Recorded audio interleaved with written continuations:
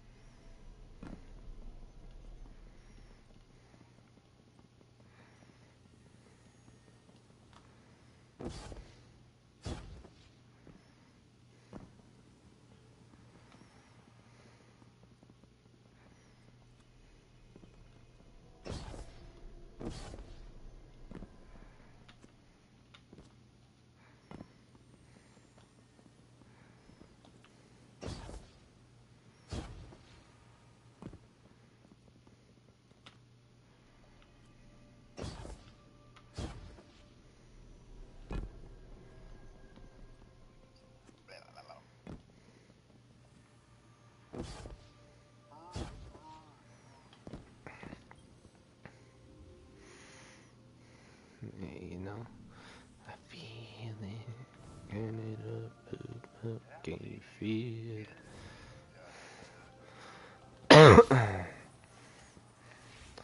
See, is this the... I mean, it is. We hit separated a level up, you know.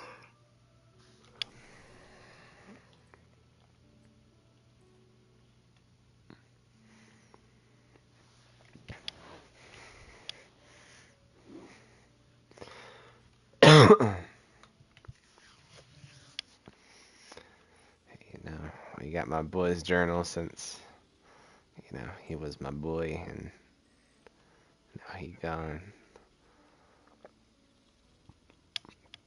Seasonal artifact, you know, it'll go away at the end of the season and we'll get a new one. Unless this is the very last one, maybe we'll keep it. I don't know. But we do, yeah, man, miss that guy. But we got a rad looking ship. And we got his gun. He left it with us. We got his journal.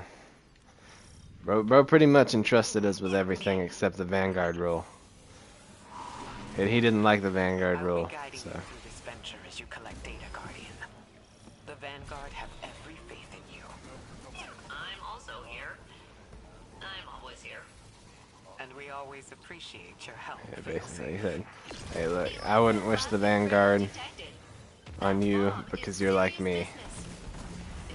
I know you wouldn't like it.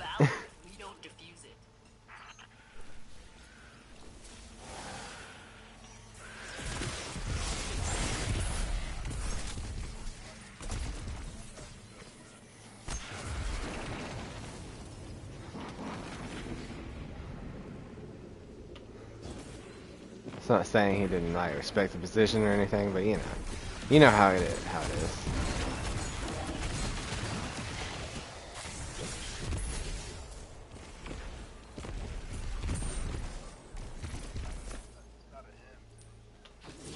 Yeah.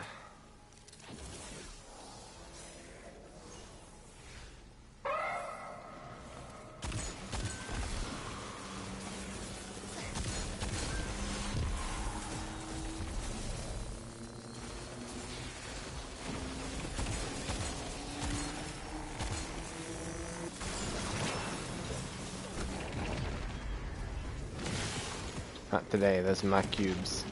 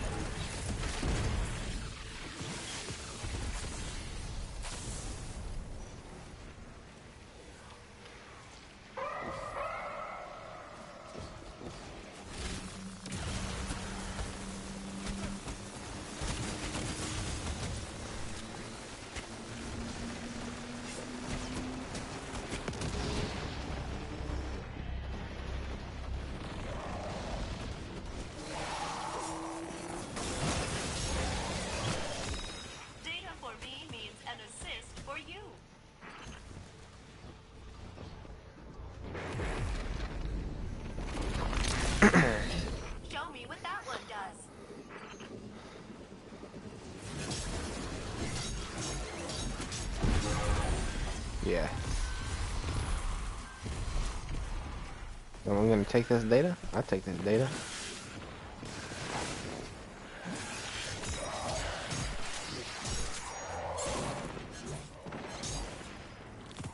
You know what? I'll finish you. Pink.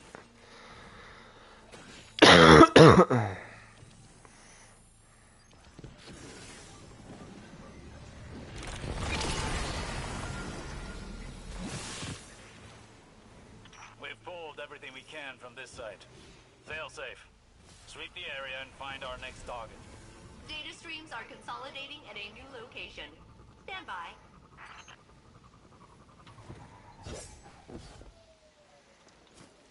Harvesting radiolaria incubator.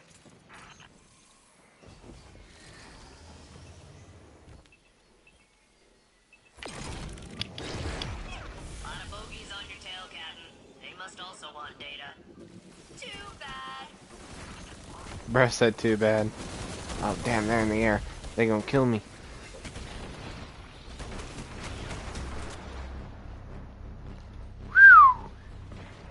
Talk about close one.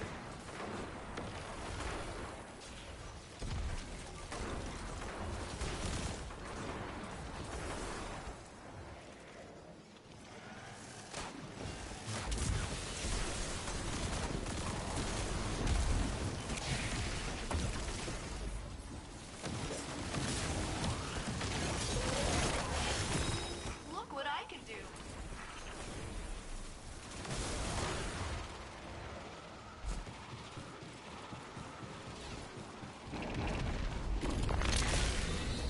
Show me what that one does.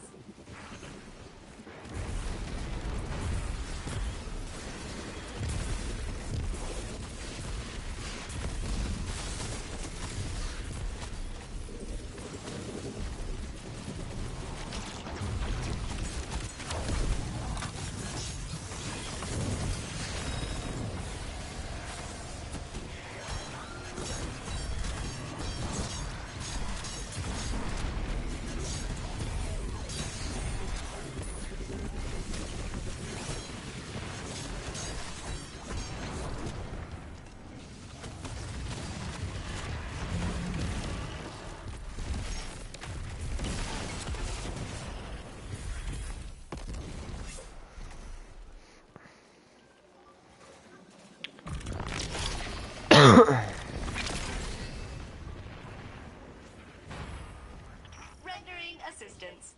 May I join your fire team, Captain?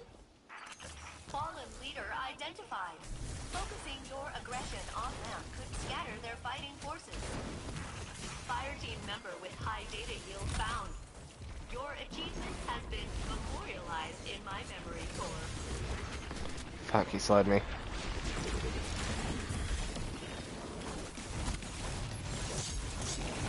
I'm not afraid to get up close and personal with you, little boy.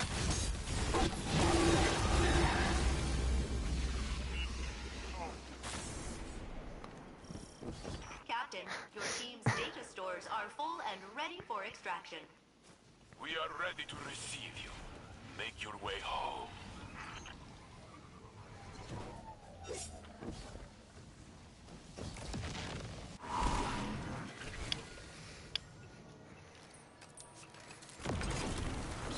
Captain, there is a Vex mind calling reinforcements to the area and jamming our transmat signal.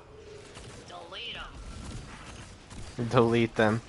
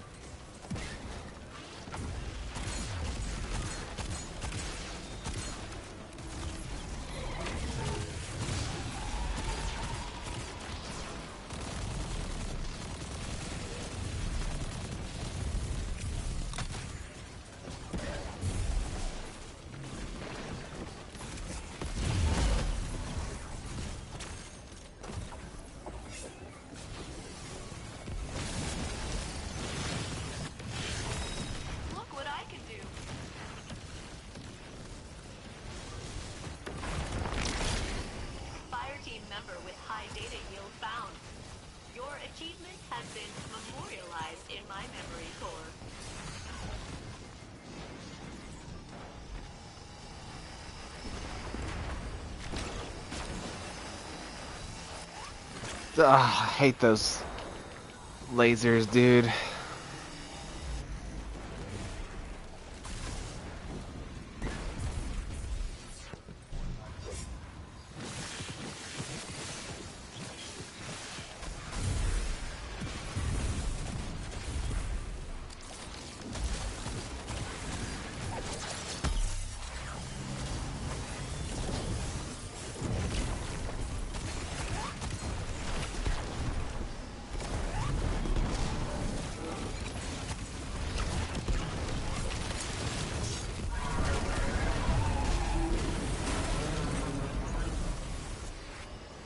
Rendering assistance.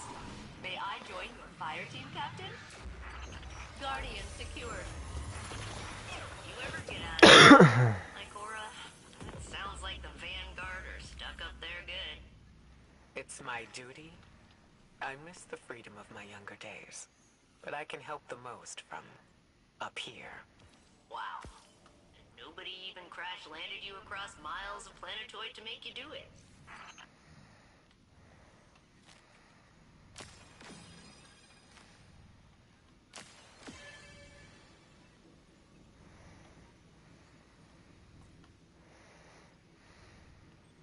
Look at that. Top the team out. 600 points. Best dress commendation. Look at that right there. That's what I'm talking about.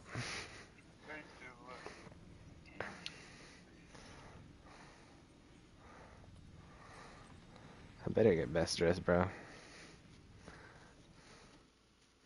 Put a lot of thought into my hunter fashion.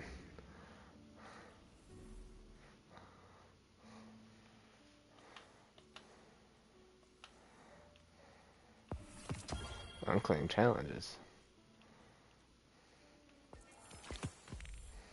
There we go.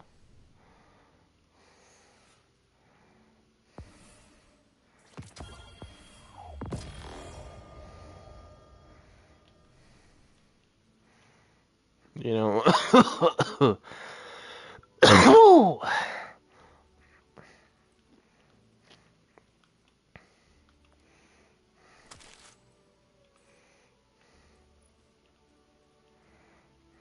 New emote? No, it is what it is. Anyways, that's the ship I was talking about, Latavian. This is popping.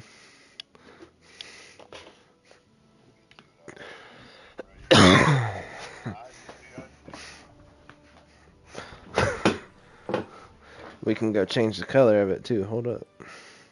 Let's find the best color scheme for it. Not feeling it. Distant Earth isn't bad.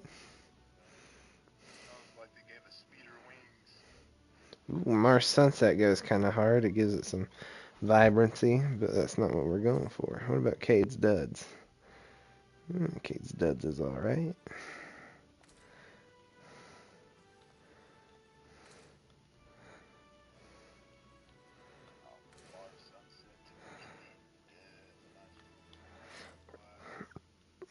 Medic Rush.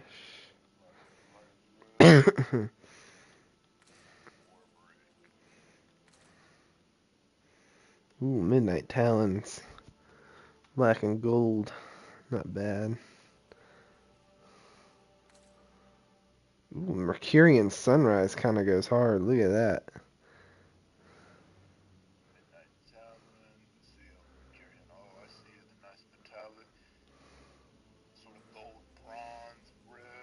We'll apply that for now, but we'll keep looking. Nah. Dawning Hope kind of goes hard.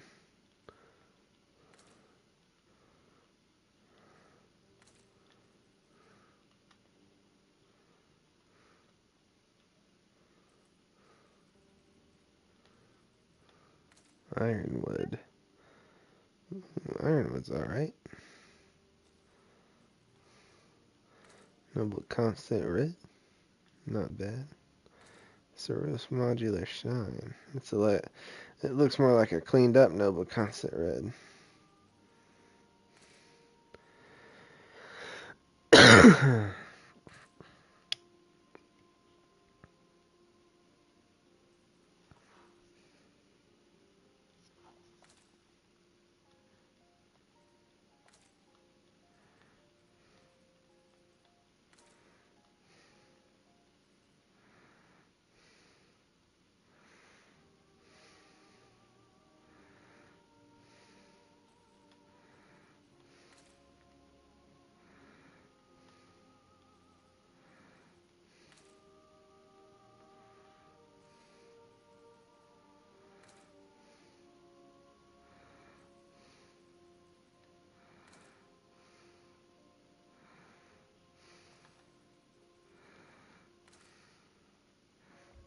I get it. I think we'll run with what we got on it for now. A Mercurian sunrise. Mercury used to be a destination in the base game. It's where you could unlock. It was a DLC one. It was for Curse of Osiris, which is where I got this ghost shell I told you about earlier that you had to do quests for.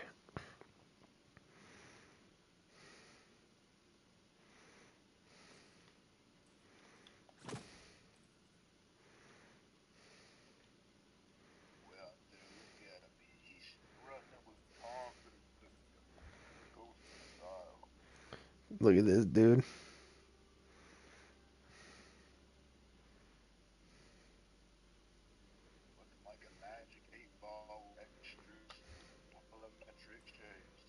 Exactly. I know.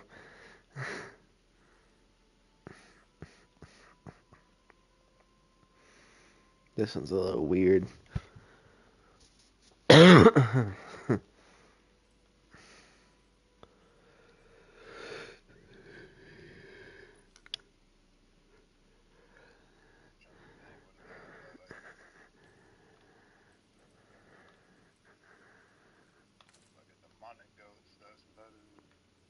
A little bit.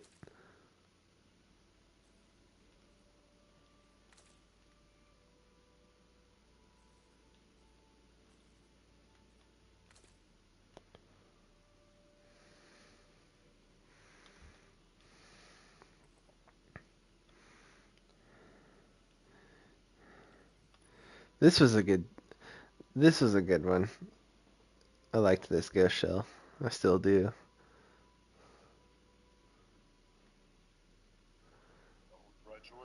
Yeah.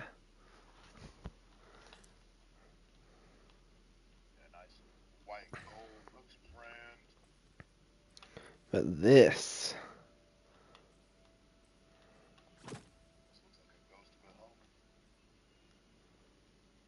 is what I rock.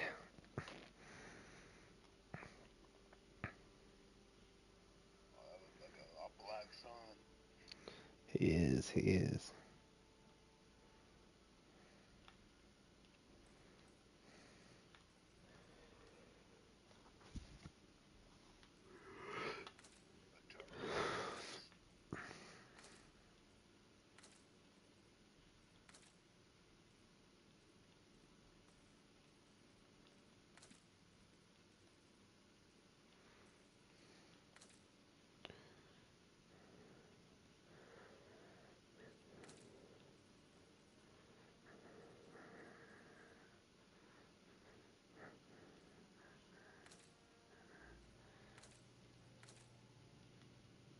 Ooh. Dawning Hope looks good on it.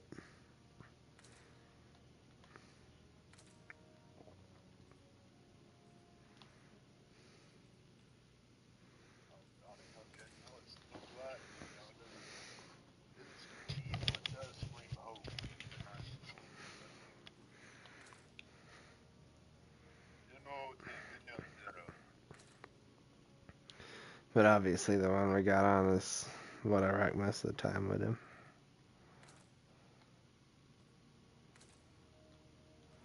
That one's just straight up gold.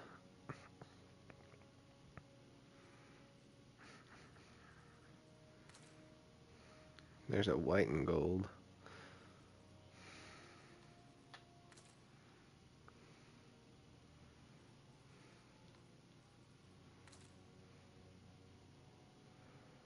I like that one, actually. I'll keep what I got on the... Yeah, we'll keep what I got on the...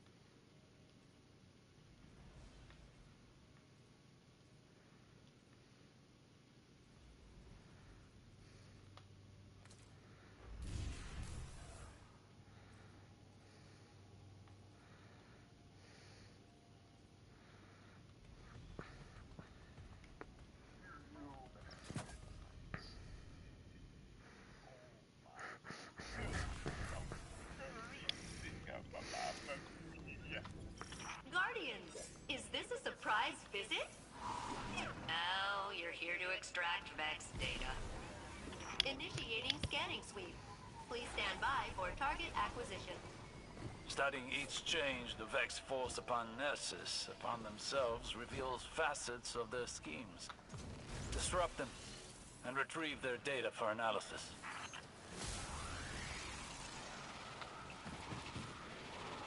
New target for data collection found. Osiris, tell the captain what we found. Yes. The Vex have erected an algorithmic acceleration farm. It must be dismantled. It's self-replicating. You'll need to interrupt its connections in specific sequence.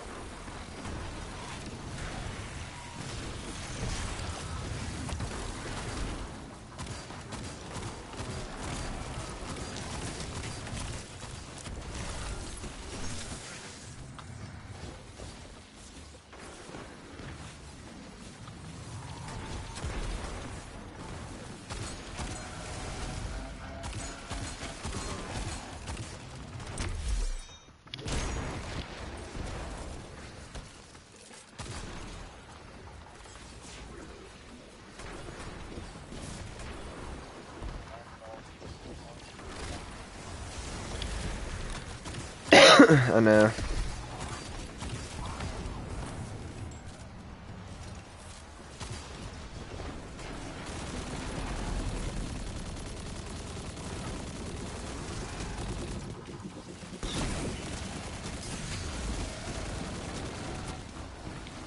Damn. This fucking sucks. That is a lot of data. Stepping in.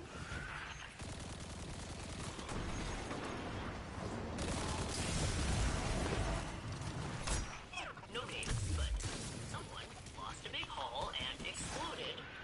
Like when I crashed here.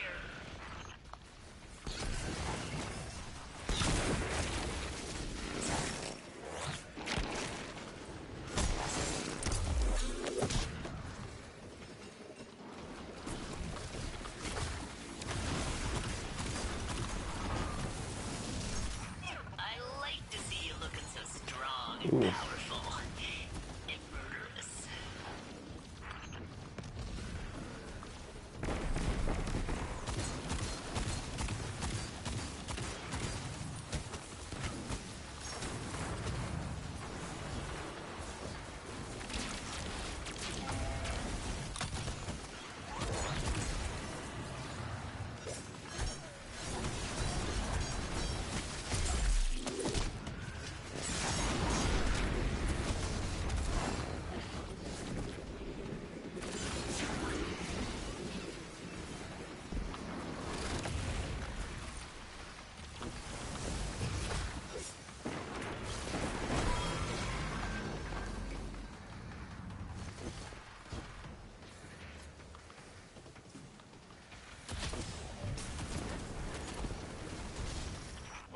Everything we can from this site. Fail safe. Sweep the area and find our next target. Data streams are consolidating at a new location. Stand by. Harvesting radiolaria incubator.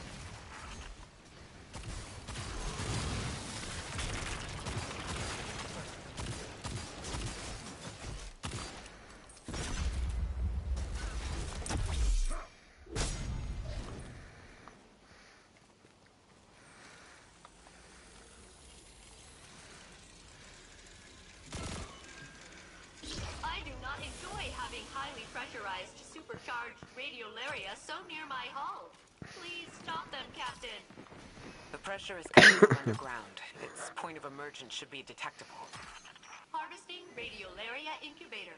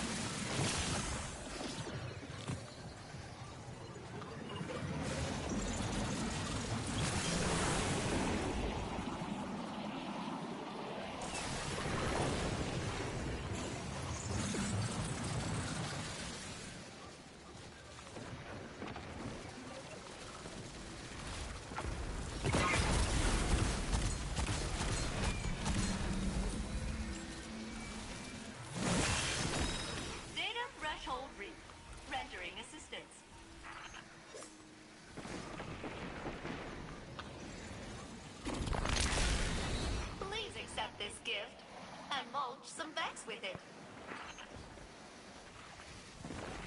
Gladly. Damn, I chucked the hell out of that grenade.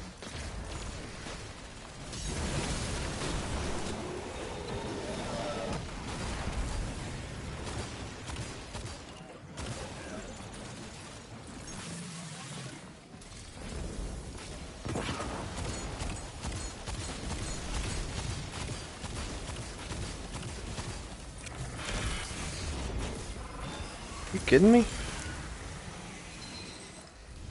Could have sworn I dodged. I don't have a dodge, that's why I didn't dodge.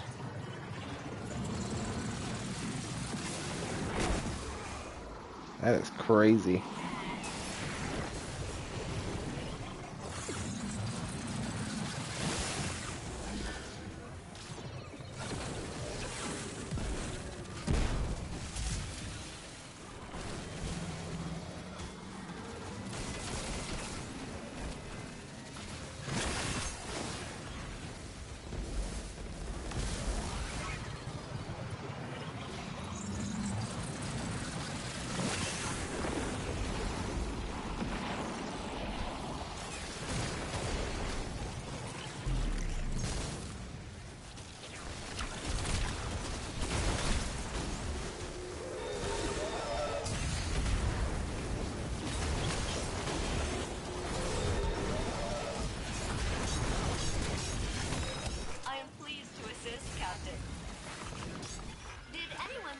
Bro. You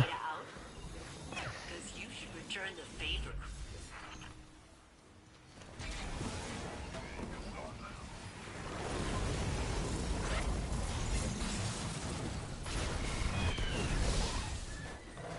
Can't lose all that data now, can I?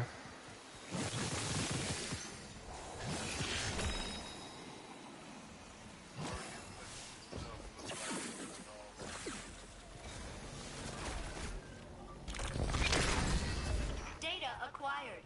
Please accept this in exchange.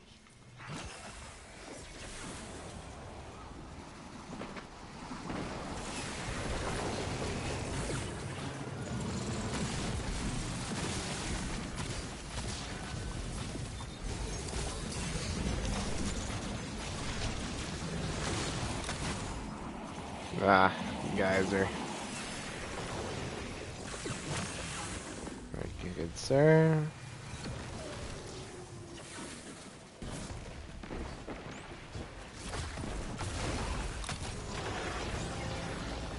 You've achieved minimum expectations.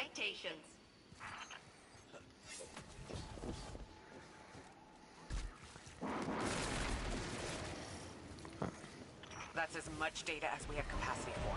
Time to leave, Guardian. I hate to see you go, but I'd also hate to watch the Vex trap you in a time box forever.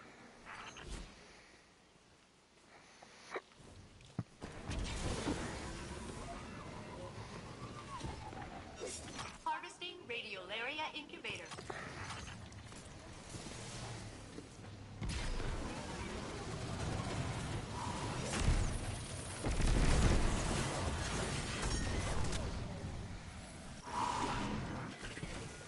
Never fought this boss before. Let's see what happens. Data suggests the Vex's last line of defense is Karis designation. For your reference, that's the bad one.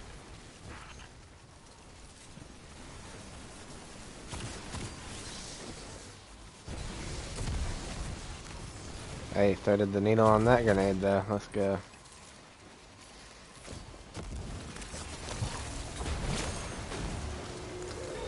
I'm pleased to assist, Captain. Bruh. That one taps, that used to not one tap. That blows.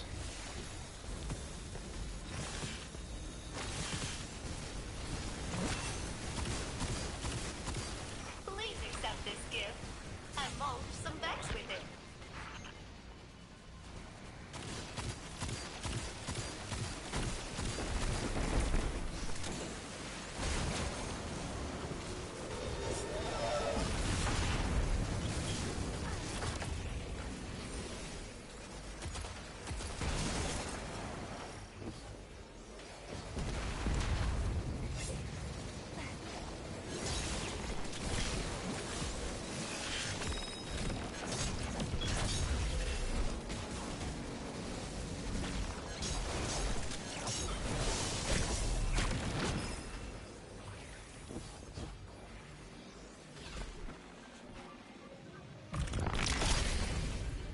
Rendering assistance.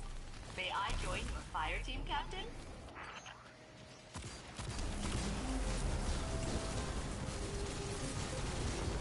Why me?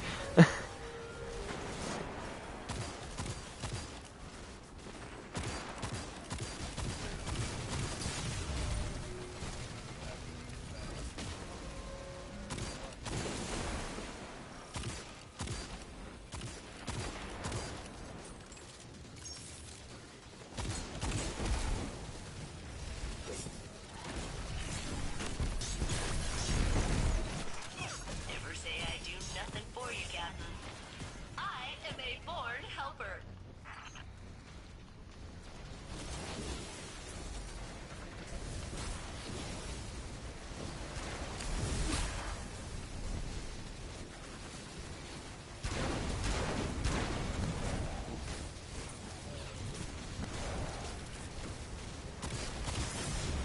Holy shit. I got shot at by literally everybody, bro. That is fucking crazy.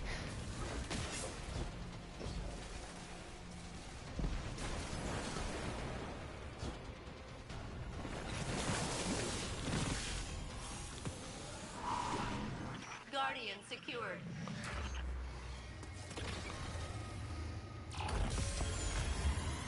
For a moment, it felt as if Nestus meant to swallow your fire team whole. The very ground radiates Vex influence. Code written into the stone as prophecy. The mountains kneel. Get me off this ride! Am I right? When the Vex took Nessus, it was like a well-organized renovation disaster. Now, they're just duking it out in the streets. What gives? Such is the question. I've rarely seen Vex factions in conflict. But this is chaos. Perhaps the data will make some sense of it. Hey, you see that? Went from 77 to 78, bro. We clowning this bitch.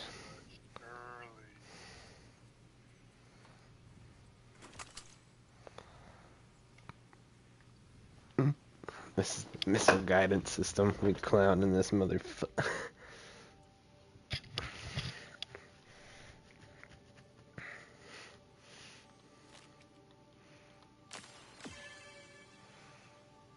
Bro's almost dressed better than me. I almost had to hit him with the best dressed.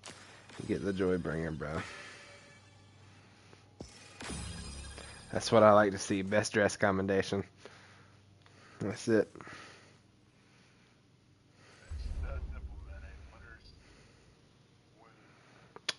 Truly.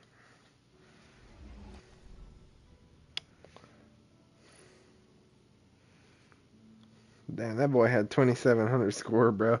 I ain't never seen one that high in this game mode. I've seen 1,100 and it was me.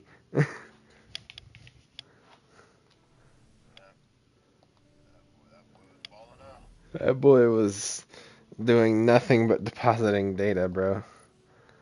How many kills did he have? Yeah, he had 79 kills. That's like almost exactly 10 less than I had.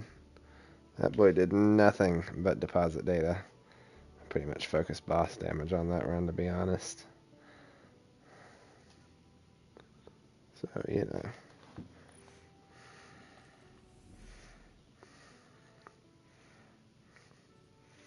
What do I need? One more of those? And I get another powerful? Yeah.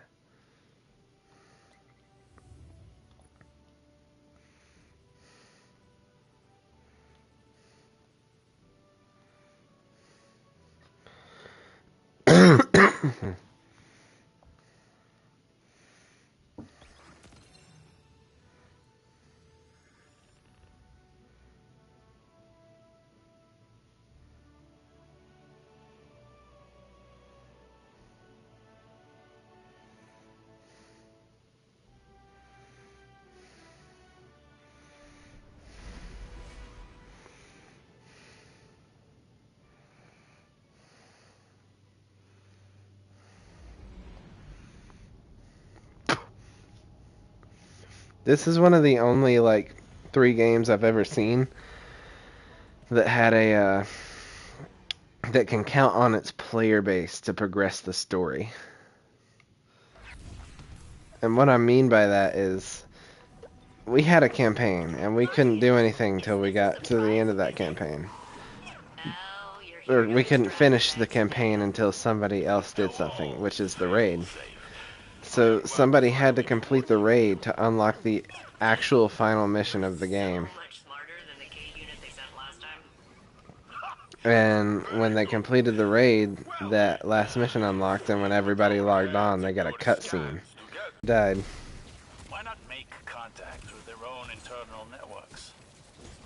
No matter. Intercept it, and perhaps we shall have our answers.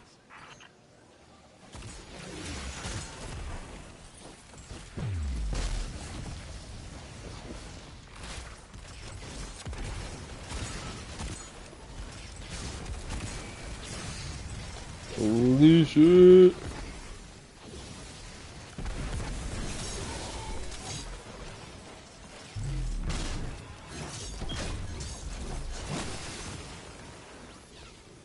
Give me your... Give me your money.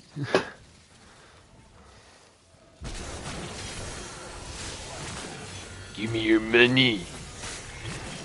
Ah.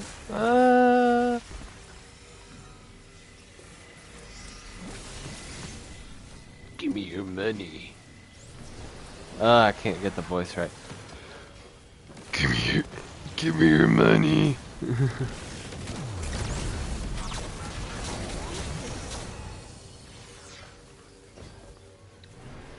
Give me your money. There it was. That's the closest I'm gonna get. May I help secure that data, Captain? I'm a firing my laser, but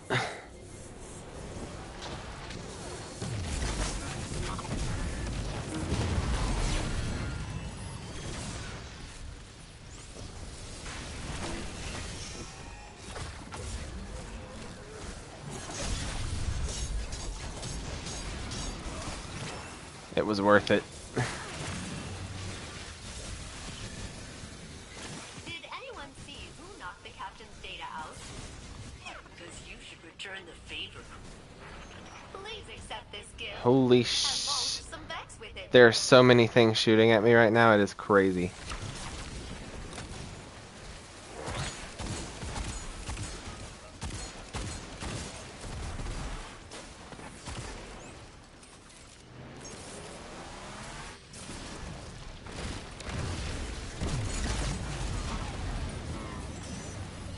Not the data!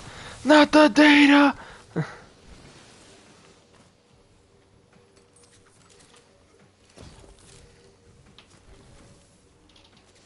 Sounds like my dad's home.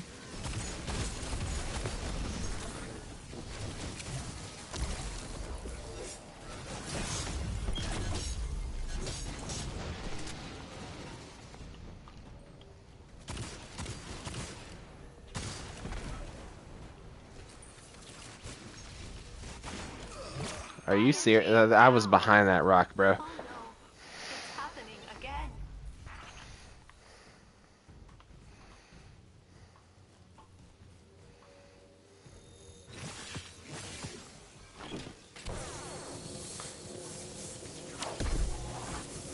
Laser says die, so you all die.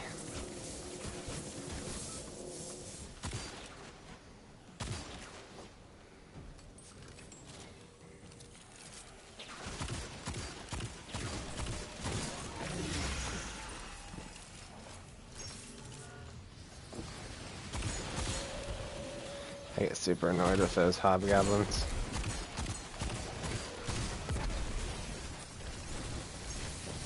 Oh, why? Where is everyone?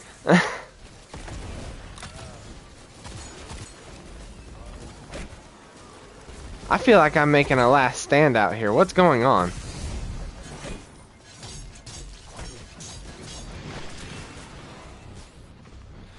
Okay, bro. Please just run. For the love of all that is living, breathe and increase your pace. Data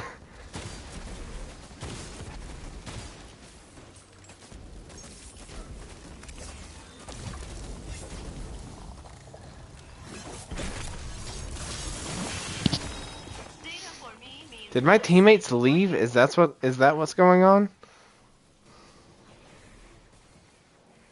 They fucking did.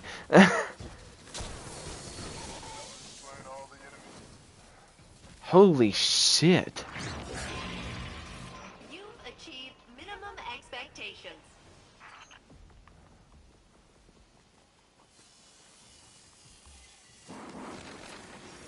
Well done, fire Can I get some backup, please? Don't say fire team, bro. I'm doing this shit on my own. we will be to face its dangers. Speaking of danger, tracking incoming hostiles.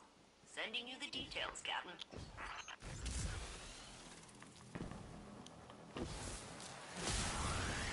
Nah, this is getting crazy, bro. Uploading coordinates to the next site.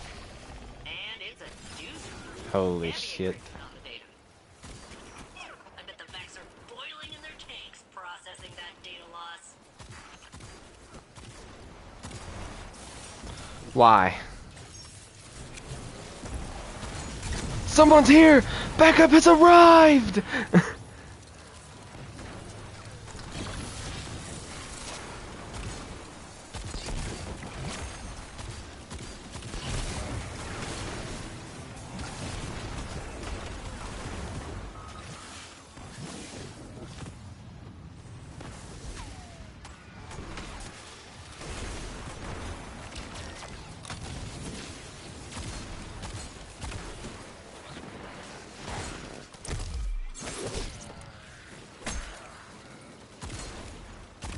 I just slit that dude's throat. Like, usually knife animations latch on to someone. But man, it didn't latch on to that guy. I just slit his throat. There's nothing crazy.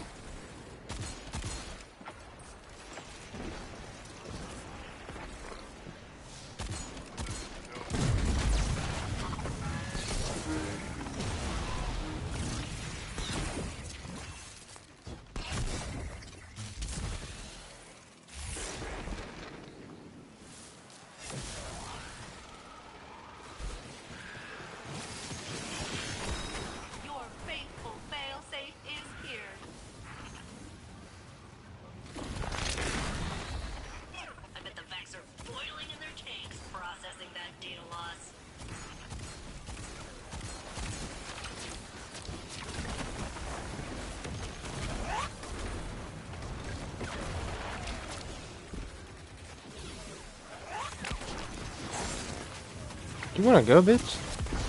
Headshot.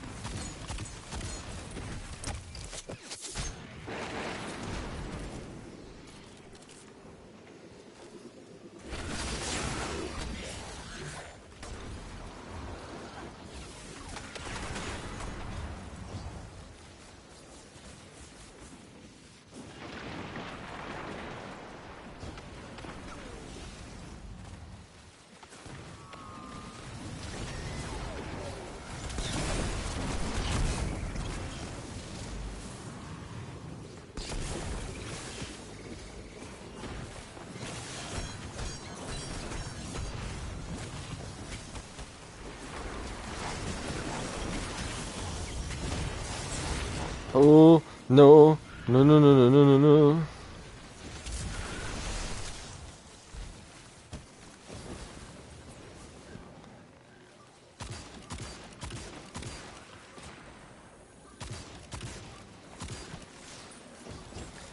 Man, I turned around that one time and just saw, like, an enemy army approaching me.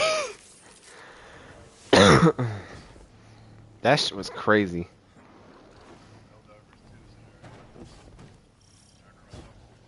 Temporal disturbance detected. And the Vax are jamming my transmat lock. Rude. I'd do anything to get that data. Anything.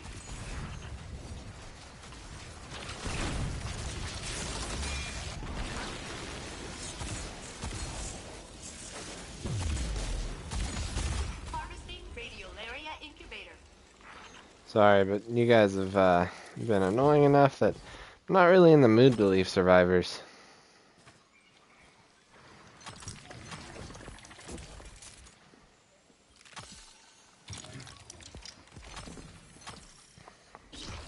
You know, the concept of it sounds foreign to me right now. Jamming my transmat beacon.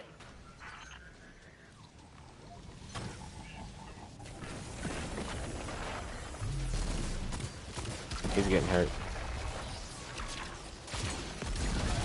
Harvesting radiolaria incubator.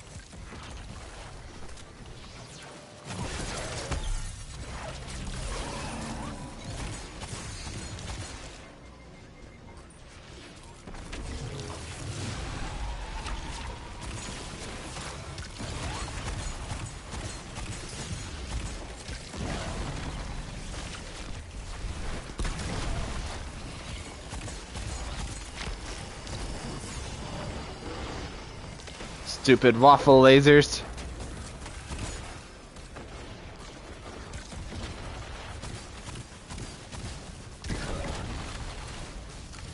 Right on top.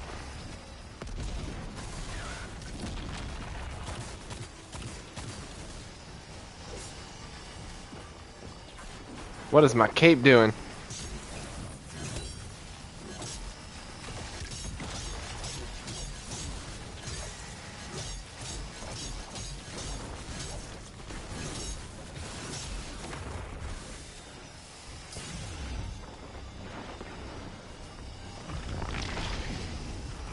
I bet the Vax are boiling in their tanks processing that data loss. May I help secure that data, Captain? That's beautiful data.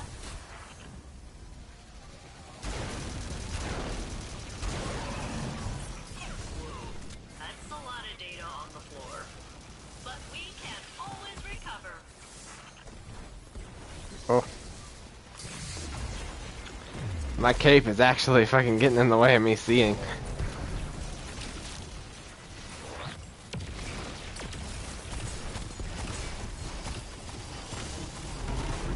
It's okay, he's dead.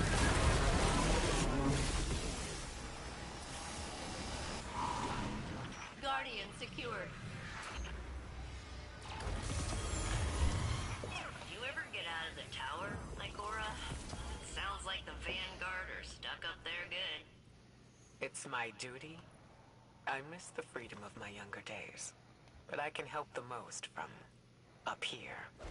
Wow. It was But you came 1979. across miles of planetoid to make you do it.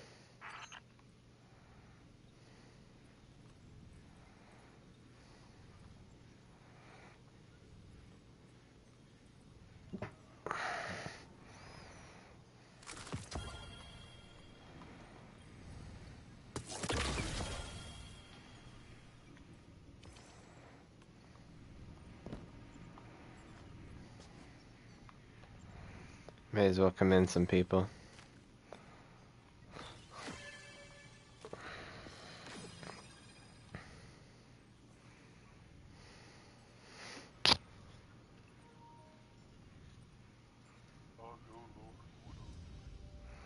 How do you even get a score that high, bro? Like, I don't know how I did it. How does that guy have 0?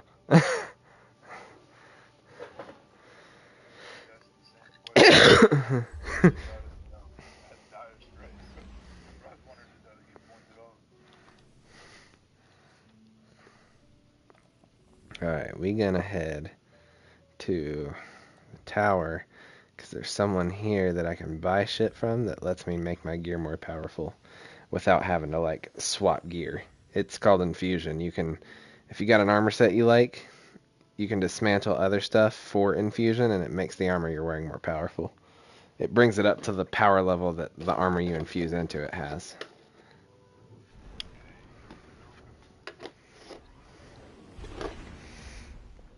It's because the game is a RNG based game. You get a certain roll on your stuff, and if a lot of it's referred to as god roll, if you have a god roll or just a really great roll and you don't get something better, you can just infuse it.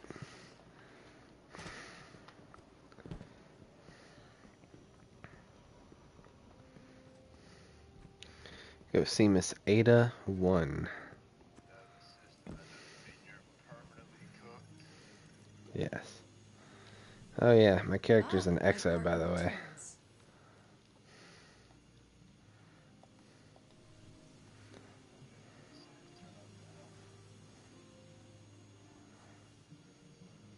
The loom has quite a different aesthetic from the old armory tech, doesn't it? It's growing on me. Actually, exos are humans.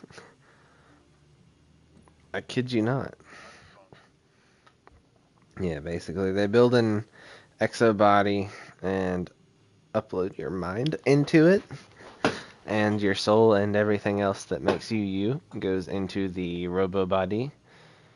And you see Ada 1, right? That means she's been reset one time, because sometimes people's consciousness doesn't agree with the body they get.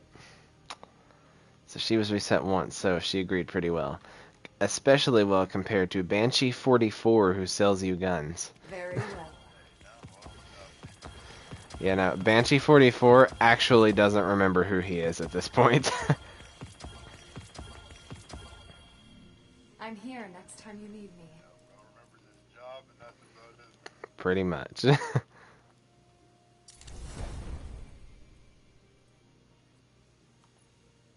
The loom was your creation as well as mine, Guardian. Thank you. 1980. I love it.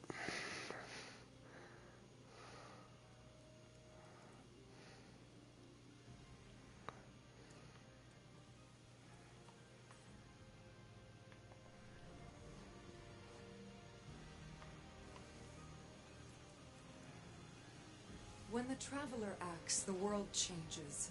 For some, it gets better, for others, worse. What will its reformation bring? Who knows?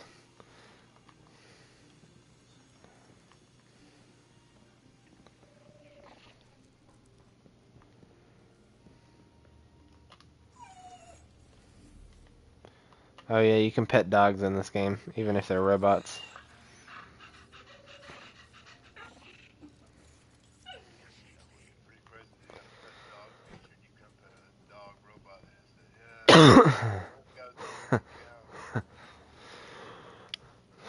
Dogbot.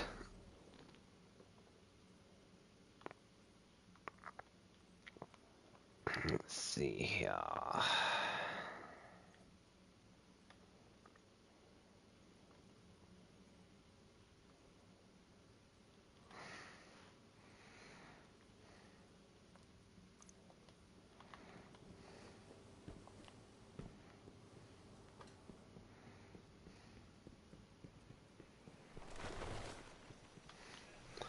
Now we'll put the helmet back on, because honestly, I think personally I look better with the helmet on. If I could wear just my hood.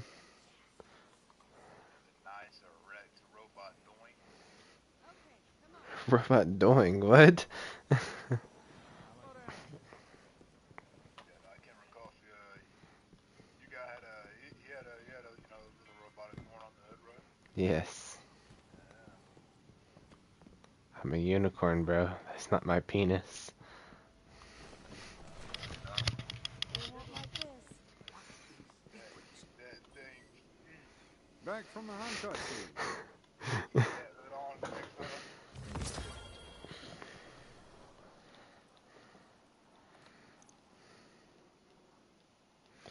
I truly just love when it gives me a weapon worse than what I'm wearing, but that's okay because it can be infusion material for something that's fucking amazing.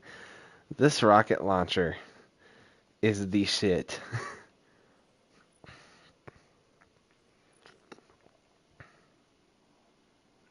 You just been waiting for the opportunity for that to be infused, or Sort of, sort of. Gallarhorn, by the way this thing works is it's a tracking rocket, so it has hard tracking. When it explodes, it leaves behind wolfpack rounds that track. They, like it says right here, rounds fired split into tracking cluster missiles upon detonation to deal even more damage.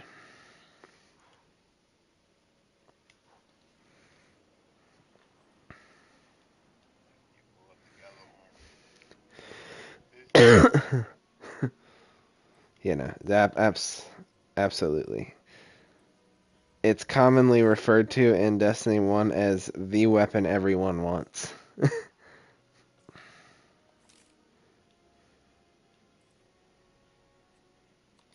not a full-blooded Destiny 1 veteran. You don't got yourself a gallows horn here, partner. Yes.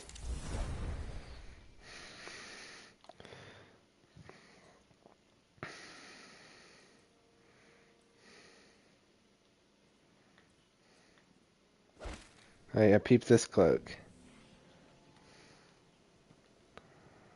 It's a freaking samurai hat.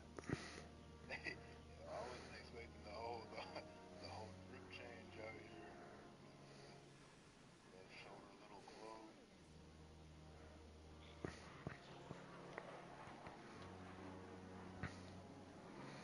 clove. Double swords, bro. Ready? Don't. Just asking if I've seen one.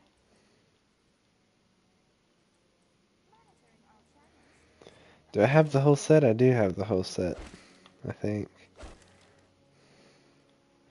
Not quite, actually. This is what I've got of it.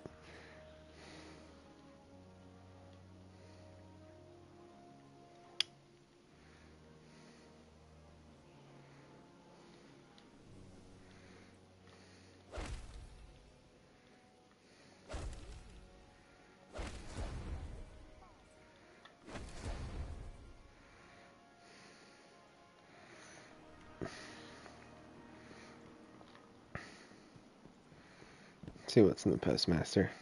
Checking, checking, checking. All of this is going bye-bye. I don't know if I have it in me to get rid of a retro futurist. Those things are great. That everything's done to him anyway. Oh shit, hold on. That might be a god. This might be a god roll. Hold on. What's it? Increases range. Increases stability. You want range on a hand cannon because your stability doesn't really matter when it's one shot at a time. You can always let it recoil back down and then fire again. Increases range. It's okay. 2 range perks. What's its masterwork? Stability. So you can actually get more stability by masterworking it. Slick draw significantly increases handling, decreases target acquisition. I can't even get rid of that. That kind of blows. But it'll be okay. Got shot straight. ADS sights. ADSing increases body shot damage. Decreases target acquisition though, so. Wow. Hold on. Increase reload speed, handling. Without combat swords gain faster movement. Sustained fire increases accuracy and range, increases lunge distance for swords, and projectile velocity for launchers. That's close to being a god roll. Hold on.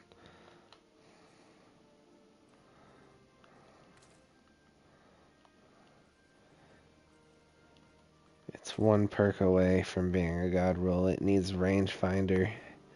I'll keep that one.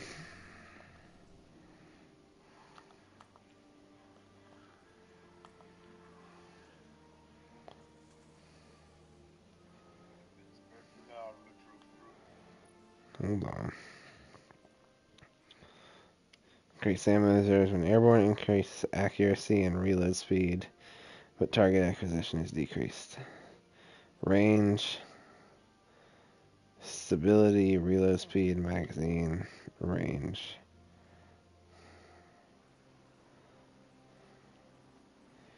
That's close to being a god roll too, but not as good as the other one, so it could go bye-bye.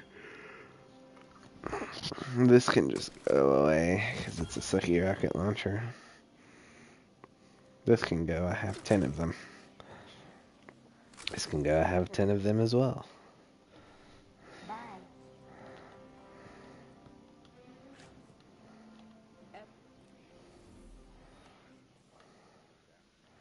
Do I need to talk to Failsafe again?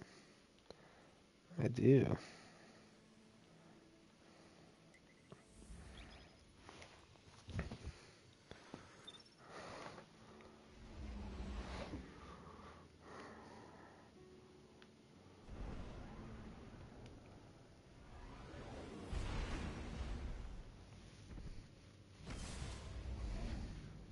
My dad is in fact not home. He is still working on his truck.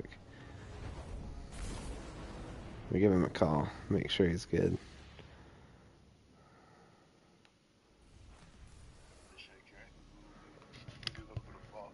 Yeah.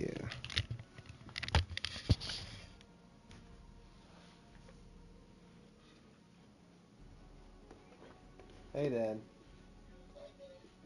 Everything going well?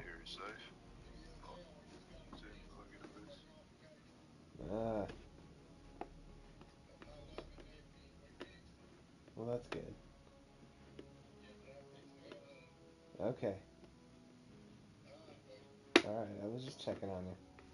Tell Brandon I love him. Love you too, man. Bye, Dad.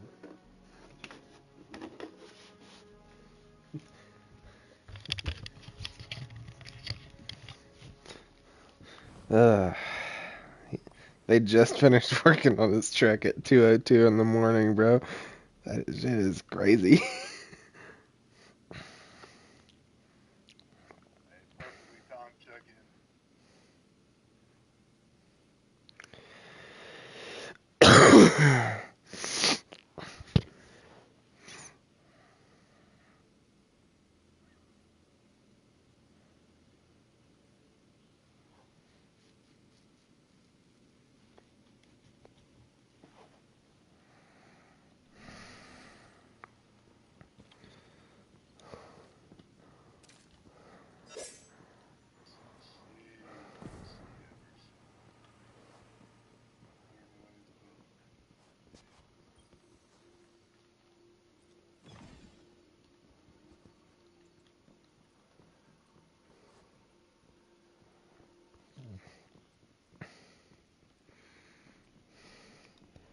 And that, my friend, is the Traveler.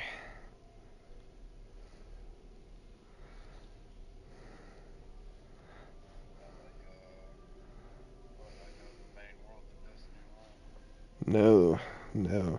We have not been able to enter the Traveler until now. The Witness, who is the main boss of the Light versus Dark storyline that has been going on for the past almost 12 years, opened up the Traveler with something called the Pale Heart that he got off of Neptune. He opened up the Traveler, and long story short, you go in there and do some work.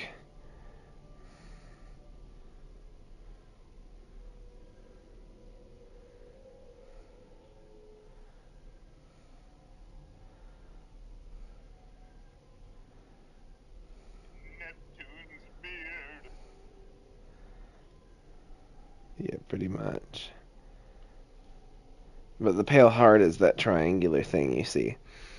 It was on, it was over here on Neptune, which that's where we were in the last DLC. The one before that, we were on Europa, which is an ice planet, basically. It's a moon of Jupiter, I think. Yes.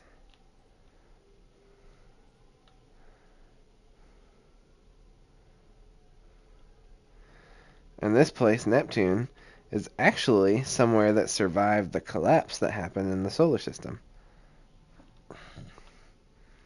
And the collapse, when the traveler... Okay, I can actually just show you the timeline right here.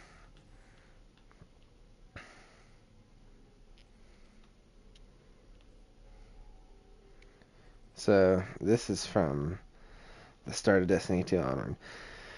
In the start of Destiny 1, the Traveler arrived. That's what starts the whole franchise. And when it arrives, it brings humanity into a golden age that lasts about... I think it was something like 1,000 years or something. And then after that, the forces of darkness, which are the Witnesses forces, came to basically try and take the Traveler and have their way with it. Make the universe over or something like that. Well, the Traveler pushed it back, and it almost destroyed itself doing so. So it went into a slumber, but it created the ghosts, which are the things that I showed you earlier, the ghost shells. That's your ghost. Those go through and they can revive people that have died and endow them with light and give them the ability to use all of these subclasses. So you go through Destiny 1, you wake up, you fight the Vex and go to the Black Garden on Mars and destroy the Black Heart. Then you help the Queen of the Reef deal with a Fallen threat, which is the Fallen is another race that were when the Traveler touched, and when it left the Fallen, they had their collapse. So now they work off of darkness, trying to survive, replacing the light with the dark. They did. The Witnesses forces have been chasing the Traveler for a long time. So the House of Wolves was a rogue fallen house attacking the reef, and you go help their queen and their prince basically dispel them and kill their leader and whatnot. Moving on from that, you go into Crota's End, which is where the Hive, who are a race that was pretty much born in the darkness. Crota comes to the moon, and he kills a pretty prominent fire team, for the most part, all but one of them. And you go through and end Crota, and when you end Crota... What came after Crota? Oh, I'm sorry. Crota was first, then it was House of Wolves. After Crota, you wouldn't help the Queen of the Reef. Sorry, I got those two backwards. It's been a while. Then, after the House of Wolves, the Taken King comes along. His name is Oryx, and he's Crota's dad. Long story short, he's pissed off because he killed his kid. He comes through, and he starts doing this thing called taking, which is literally forcing his will on any race that he can overpower. And if he overpowers your mind, you turn into this taken monster version of yourself. So he starts taking people. You go to Phobos, the moon of Mars, and you're trying to figure out what's going on, and you see all these taken, and you're like, holy these guys are freaky. You start dealing with them, and Cade, this is where Cade 6 kind of becomes like your partner, is in Taken King in Destiny 1. That's why it was so impactful when he died.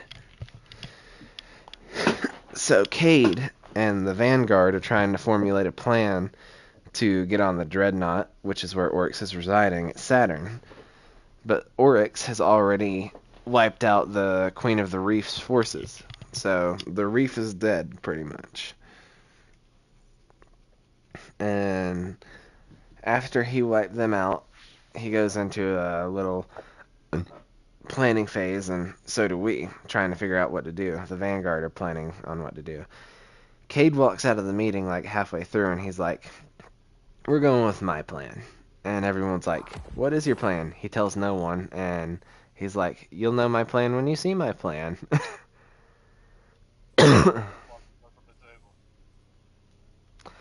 But yeah, basically, you'll know my plan when you see my plan type of thing.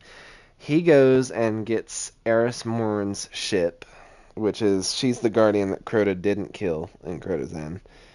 So she knows Oryx is here, tells them about it. He goes and gets her ship. And he goes to Amanda Holliday, the shipwright, who knows how to fix all these things and work on them, and tells her his plan because she's the only one that can make the ship the way he needs.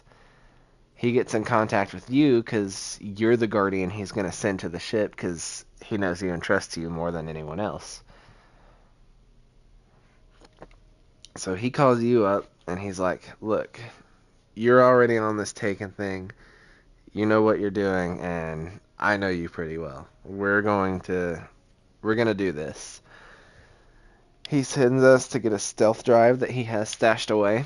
And this is the first time he kind of sends us to go get one of his things and bring it back for him. Which is the first of many. He's got a lot of stuff that he gives to us. No. Half of the stuff that he does, if he sends us to get something, he's giving it to us.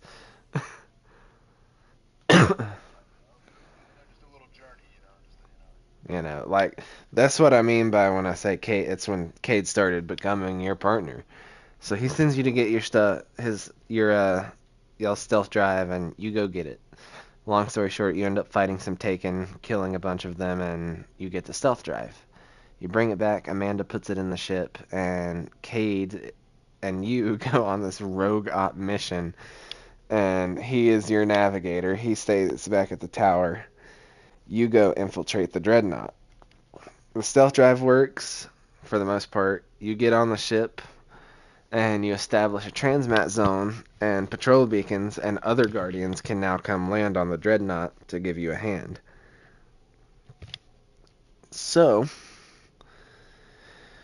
long story short, you make your way through the Dreadnought and end its forces, bringing you before Oryx, who you then kill once, but he retreats to his throne world so that he can regenerate his health, basically, and try and revive himself. The Hive try and revive themselves like this without ghosts, and a lot of the time it works. Oryx is one of the 3 Hive gods, so he can pull it off. Anyways, you kill him once, and then you go into the raid to kill him in his throne world, which basically actually killed him.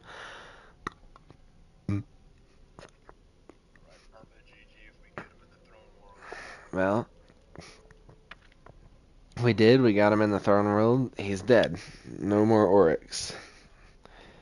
Basically, after that, Rise of Iron pops up, which is the Iron Lord Saladin, who runs the Iron Banner, is having some trouble with this stuff called Siva.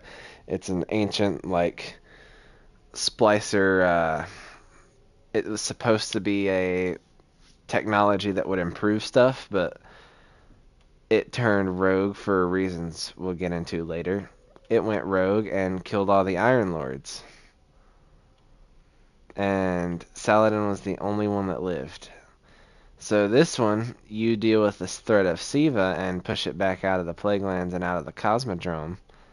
And in doing so, you become one of the next Iron Lords. They call you the Young Wolf. But you become the next Iron Lord, and you and Saladin push back that threat and whatnot. So, moving on from that, you get into Destiny 2. Now this is where stuff gets really crazy. This is where this timeline starts. In Destiny 2, Dominus Gaul, a Cabal warlord, brought the Red Legion to assault the last city, and he beat the ever living out of us. He sealed the Traveler's Light so that it couldn't reach us, and we became weak. Since we couldn't use any of our powers, our bodies just were basically regular humans. We turned squishy. And we turned squishy real fast. He picked us up and he starts beating on us on his ship, and then he kicks us off of the ship, like thousands of feet up in the air. He kicks us off. We hit the ground. Our ghost has enough light inside of him to heal us, but not completely. So then we have to escape the city. We escape the city, and the city has fallen. We lost the tower that was our home base, basically. And this is the last safe city on Earth, by the way. It's now under Cabal jurisdiction, and they're going through getting people, rounding them up, exterminating them, and they're trying to steal the light for themselves. He succeeds, and he gains the ability to use the light for a little while. So he kidnaps the speaker to try and figure out how to really wield this light forever. And the speaker won't tell him anything. He tells him the Guardian Oath, which is bravery, sacrifice, death. Or no, hold on. It's devotion, bravery, sacrifice, death. Or bravery, devotion, sacrifice it. Devotion inspires bravery, bravery inspires sacrifice, sacrifice leads to death. And then he tells Gaul to go kill himself. He did. He said, devotion inspires bravery, bravery leads to sacrifice, and sacrifice leads to death. So feel free to go and kill yourself, he says. Like, straight to his face. He's chained up. He knows he's over. They killed his ghost already. He can't come back if he dies again. So they kill the speaker.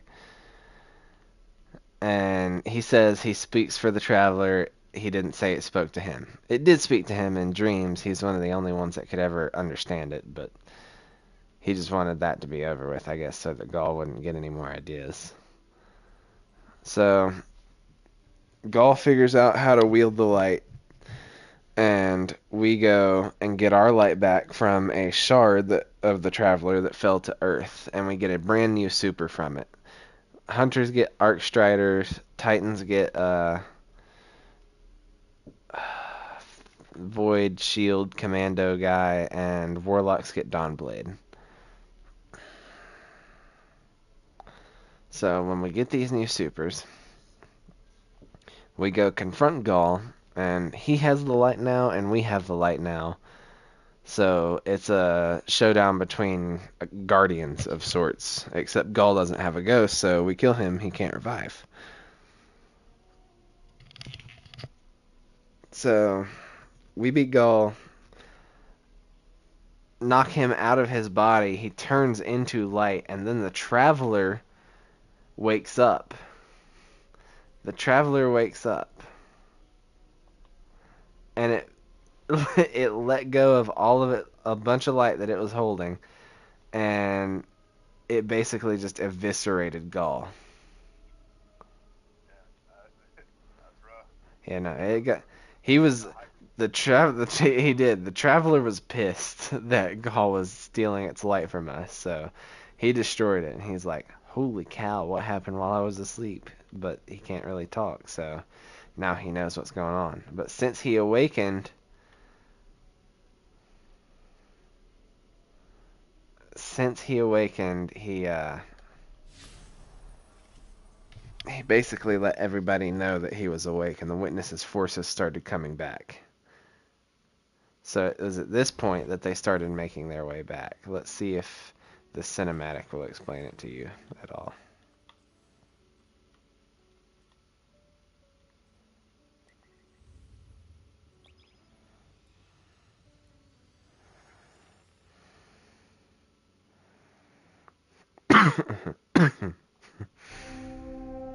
Some say This universe is made of light and darkness. These ancient forces flow through all matter and energy in our solar system and beyond. But we haven't always known this. When the Traveler arrived in our solar system, they called it many things. A ship, a planet, a god. Its presence provoked and inspired great change. It terraformed several moons and planets. Our lifespans increased threefold. And we launched colony ships to settle worlds beyond our own. This was our golden age. But like all golden ages, it was doomed to collapse. The Traveler was pursued by an ancient enemy. A voice in the darkness. It found us. Humanity lost everything. With the last of its strength, the Traveler pushed back its enemy to create something new. The ghosts. In the dark times that followed the collapse, the ghosts chose the first Lightbearers. Immortal warriors gifted with the power of the Traveler's light. Humanity faced many threats in those days. Invaders from beyond our system arrived in droves. The Cabal, the Hive, the Fallen. Came to scavenge the remains of our golden age. The warlike Cabal came for our territory and resources for conquest. The Hive, ravenous worshippers of death, came to feed their infernal hunger. And the Vex, strange living machines, came to recreate our world in their own brutal image. We fought with each other as well. For a time, chaos reigned. Though in the end, we came together to rebuild, to heal. We built a city under the Traveler, the last safe city of Earth. In this city, humanity lived peacefully in all its forms. The humans, Earth's original inhabitants, the Exos, marvels of the Golden Age, and the Awoken, a people touched by both light and dark.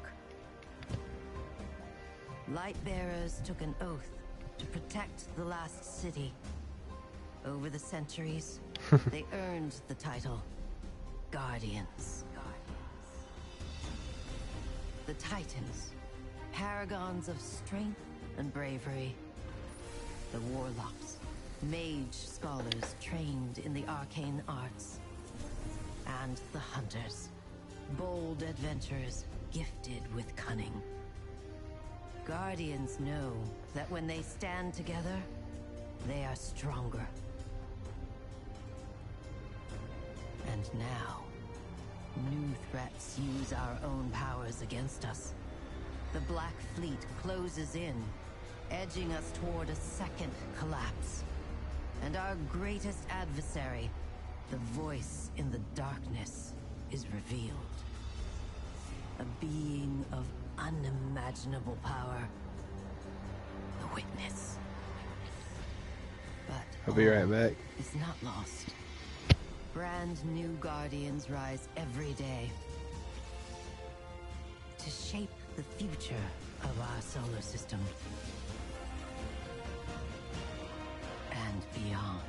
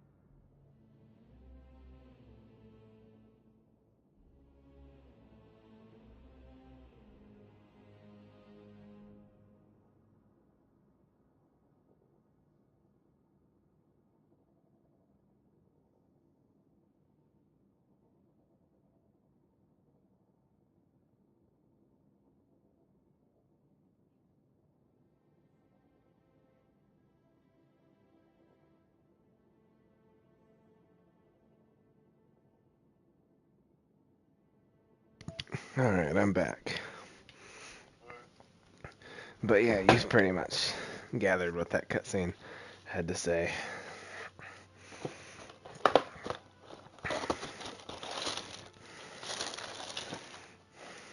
With you being my hero, I didn't know you exist.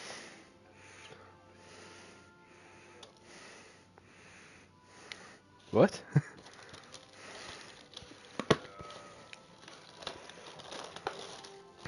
he's like, this man is my hero. I don't know his name. He's like a transportation guy. Okay. Black and purple. Oh, Kurogiri? A witness look a lot alike. Oh. I see what you're saying now. You're right. They do.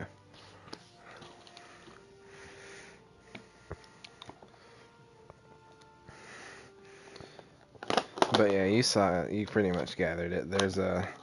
He's the paracausal threat that caused the first collapse, and now he's coming back. Went from 2 seconds. Mm-hmm. Now, we're here to stop him, though. We weren't here last time, now we are.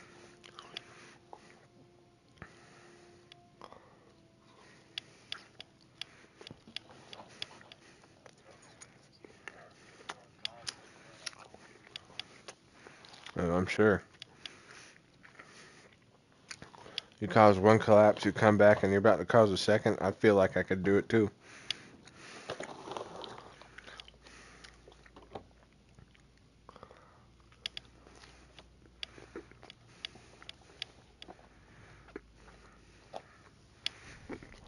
Beyond that,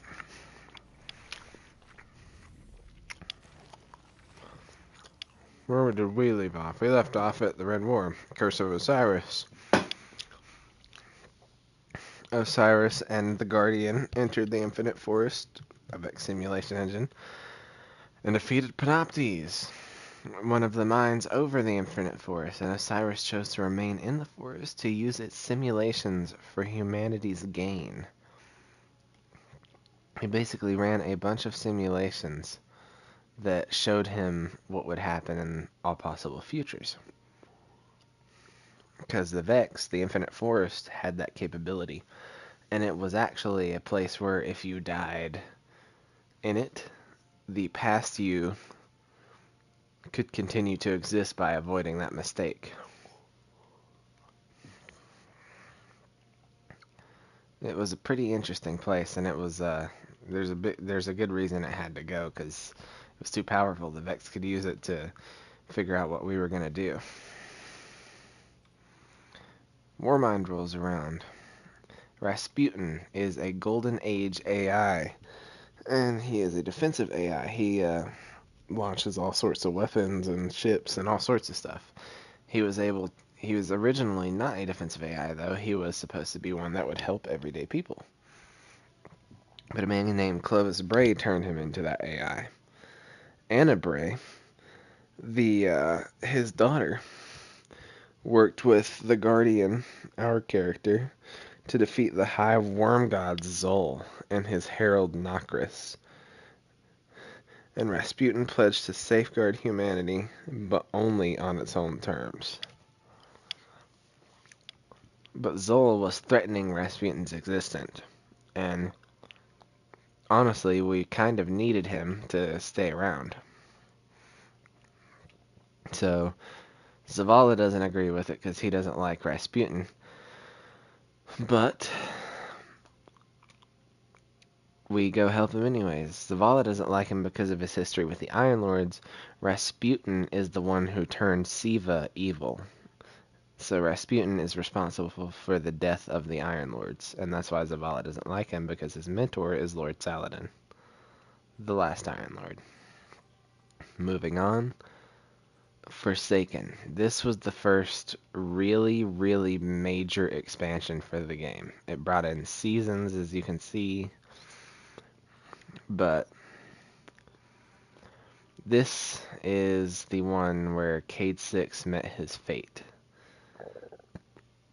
So, truly, the Prison of Elders is a place you could go and kill a bunch of bosses for loot in the first game. And you went there a lot. You would farm it and do a lot of stuff to level up there. Well, there's been a prison break, and that's a big problem because that prison holds some of the most powerful people in existence. And or most powerful threats in existence for humanity. One of which is named the Scorn, and they are Aldrin Sovs, who is the Prince of the Reef and the Queen's younger brother. You meet him in the first game. Him and Cade have some history, and him and you have some history at this point. Neither you or Cade are really friendly with this guy. He's just kind of been not really an antagonist, but kind of just a douchebag up until now. Yeah, this is where he goes chaotic evil. So, his sister, who died during the taking King Oryx's assault, didn't really die, but she moved on to like an astral plane type thing. And he was deceived into thinking that he could bring her back into this plane by a wish dragon called an Ahamkara. This Ahamkara named Riven deceived him into believing that he had what it took to bring Mara back, but Riven was only trying to bring itself back. So Aldrin goes and frees the Scorn, which he created, sort of. Longer story there. You can dive into that on your own in the lore cards if you ever start playing. But he goes and frees them. All 8 of the barons. I think there were 8 of them. So, we go on a mission to stop them. It wasn't supposed to go so wrong because we were pretty on top of the situation at first, but Aldrin was 2 steps ahead of us, and sadly, we're fighting for our lives, and Petra, one of the Queen's guards, is fighting for her life, and she's not even a guardian. Cade's fighting for his life, and we all get separated. Cade shoots this big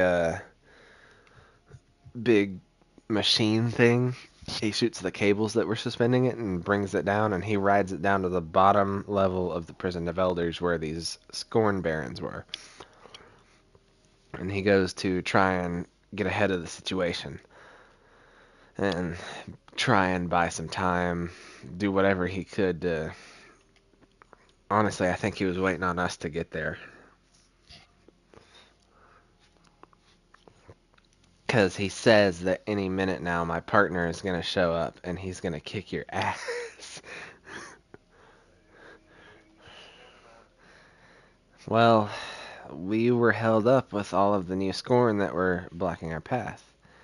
And long story short, we're too late. He needs a little bit of healing, so he brings out his ghost, but one of the Baron snipers sees his ghost and kills his ghost, and he loses access to the light. At that point, I knew it was over for him because he was completely surrounded. He's having this whole last stand situation before his ghost dies. But when he brings out his ghost, it's all downhill. Because as soon as he brings out that ghost, his ghost is named Sundance.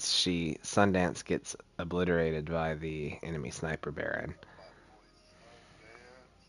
She's a girl, actually. But she goes, Cade loses his connection to the light, and he starts pretty much getting beat to death. Sent through walls and all sorts of stuff. He looks down at his gun, called the Ace of Spades, and everybody knew he was dead when this happened because he said, "Ace, I'm coming home." Ace is what he codenamed his son from his past life, because he can remember his past lives.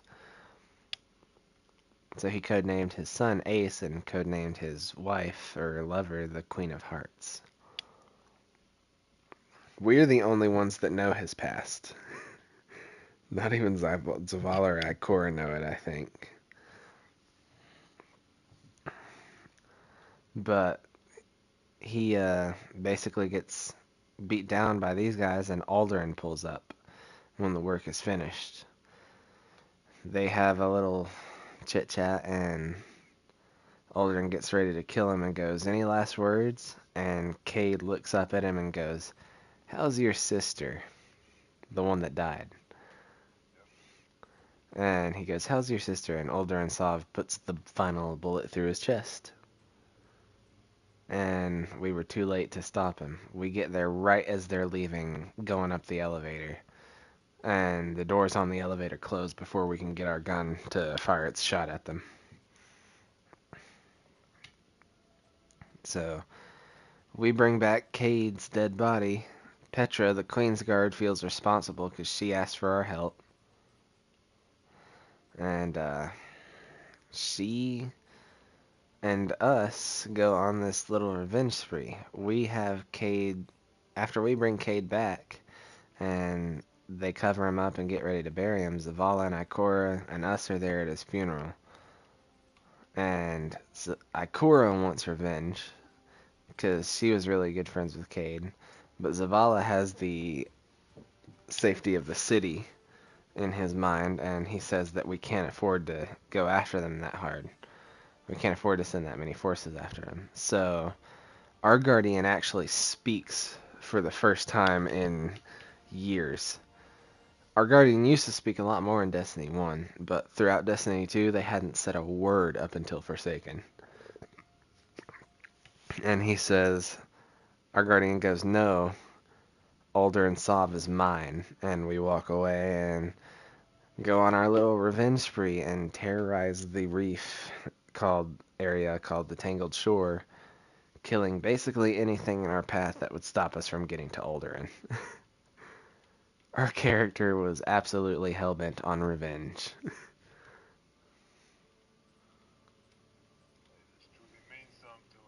Yeah, no, Cade was probably your character's best friend. In the original game, there was going to be a character called the Crow, and he was going to be your best friend, and he was going to go everywhere with you, pretty much. But they scrapped that idea and started with the Destiny 1 story that we got. But Cade kind of ended up taking his place by Forsaken, because Taken King, we got to really work with Cade for the first time, big time in a way. But yeah, Cade was ended there. We go on our hellbent revenge spree. We kill all the Scorn Barons. We finish with the Fanatic, which is like the leader of the Scorn Barons, and then we fight the apparition of Riven, who Alderaan Sov accidentally revived through all of this, because he was listening to Riven's voice, and Riven was the one that convinced him that Mara could be revived, which she can, but not quite the way that Alderaan was going about it. He ended up reviving Riven instead. And we go through later and find Mara and bring her back. But we fight Riven's apparition, and then we find Alderaan. And we pin Alderaan down and have him in the same position he had Cade 6 in. And give him his last words. And he goes, "Everything I did for her." And our character's actually a little hesitant to pull the trigger on him by the time that comes, because we were questioning if revenge was really worth it, I guess. But we went through with it in the end. You can hear the Ace of Spades that you picked up, because Alderaan took Cade's gun after he killed him, which is the Ace of Spades. And we pick the Ace of Spades up, and the screen goes black, and you can hear your character shoot the final shot. Like, you can hear the Ace of Spades shoot, because it's got a distinctive sound. So we know we did it. Well, not long after that, Aldrin Sov gets revived as a guardian. But usually, like he did, when you're revived as a guardian, you lose your memory of your past life, so you're not the same person anymore.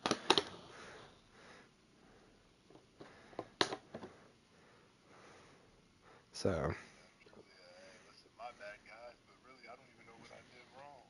he quite literally got killed over and over for what he did, and he didn't even understand it. Not until later. But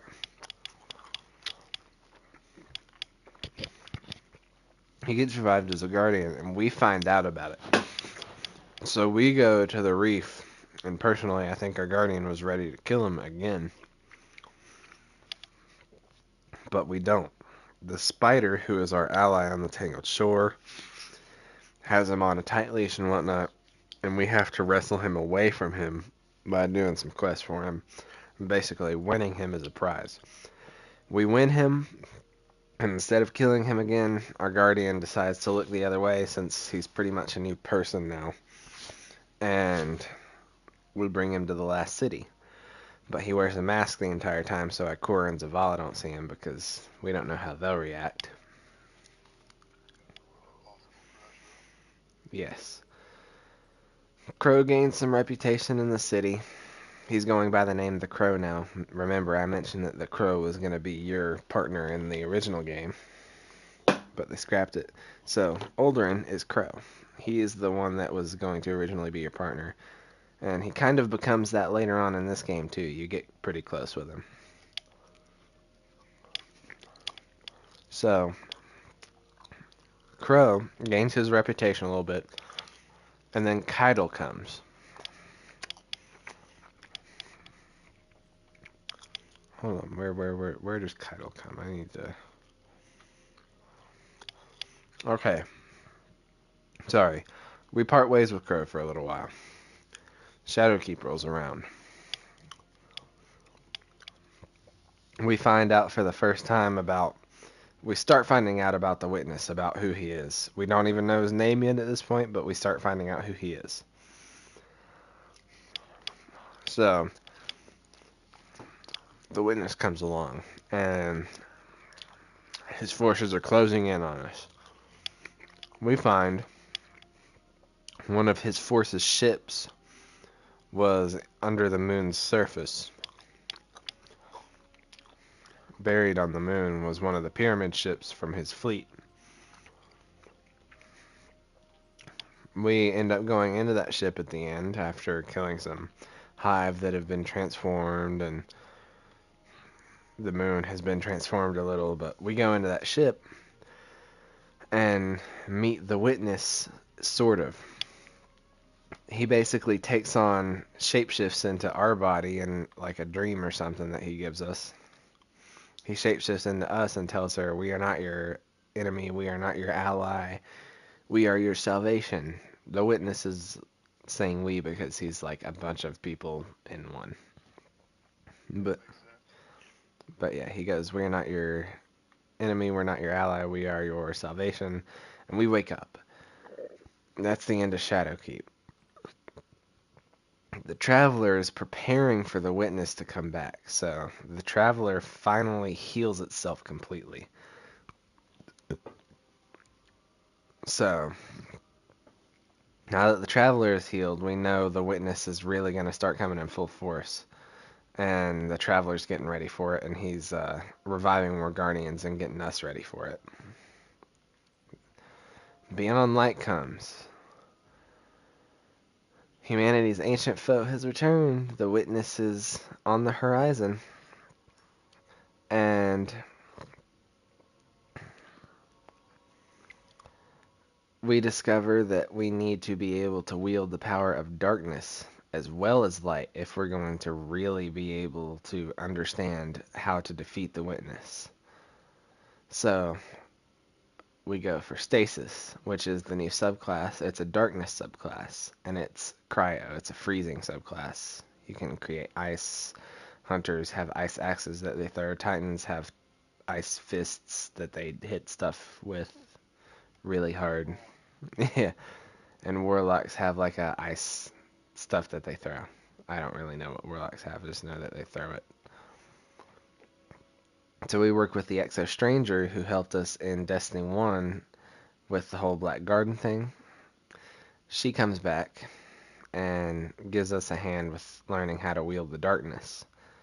We learn how to wield it, and we're the first Guardian in history that can wield both light and darkness. Our ghost doesn't like it at first, but he understands why we need to do it. We defeat we fight Aramis, who is the Kell of the House of Salvation, which is the house that the witness has influence over, because, you know, he calls it Salvation. So they're the House Salvation. Mithrax leads the House of Light, which is loyal to the Traveler. Anyways, Aramis can wield the darkness too. So we end up fighting her forces and fighting her. We beat her and drive her back, but the witness is right on the horizon. He's right here. And when I say right here, I mean like he gets here at the end of this campaign. That moves us into, well, it actually is Aramis actually getting to escape from prison not long after. So that moves us into the Witch Queen. Now that the witness has arrived, Savathun, the Witch Queen of the Hive, which is Oryx's sister and Crota's aunt, she makes her move because she is actually against the witness, but she's against us at the same time. So when she arrives, she dies. At the end of this final season in Beyond Light, the season of the Lost, Savathun convinces Mara to help her get rid of her hive worm so that she won't be a hive anymore. They do it, and Savathun basically gets killed because she knew it was going to happen. And she moves on. Oh, right here. Sorry, Season of the Chosen. Season of the Chosen. This is when Keidel's Cabal Empire arrives, and they fight with us for a little while, but then we become allies because we prove that we're pretty strong to her, and then she forms a friendship with us, and that friendship becomes pretty strong. This is where Zavala finds out who Crow is. He finds out that Crow is Ulder and Sov. And instead of killing him, when Crow gets knocked down on the ground after he's built up that reputation, Zavala sees the change in him and that he's a new person, and he helps him to his feet. Zavala is pretty level-headed for it all. He takes it a little hard, but he takes it pretty good too, because he's good at that kind of stuff. Season of the Lost. We'll forget about this Splicer. This is where we meet Mithrax, and we shelter him in the city. There's a racism dispute because people don't like the Fallen, and they're afraid of them. So Lakshmi 2, who is the leader of a faction called Future World Cult, tries to kill them all, but Ikora kills her before she can do it. Ikora is the Warlock Vanguard, and she allowed Mithrax in, so she was going to protect Mithrax, and she did. Season of the Lost. Savathun possesses Osiris's body and reveals herself and asks for help to get rid of her worm. We get rid of her worm, and Mara says that she's going to kill her when we get rid of her worm. She holds up her end of the bargain after we get rid of Savathun's worm and kills her. So Savathun goes before the Traveler and says, "Wouldn't it be funny if you just let me die like this after all we've been through?" Because the Traveler was initially going to make her race some of the Guardians as well. But the Witness got to them first and confused them and tricked them into thinking that the Traveler was the bad guy. So Savathun says, "Wouldn't it be funny if you let me die like this?" Long story short, the Traveler did not in fact let her die like that. It revived her as a Guardian and gave her a ghost and a bunch of the other Hive. So now, our most sworn enemy, the Hive, who pretty much represented the darkness up until this point, gained the light, and were able to use supers and all that sort of stuff. If you kill a Hive Guardian, you have to go crush their ghost so that they can't revive. It brings a whole new concept of the story, you're like, wow, I have to kill ghosts now.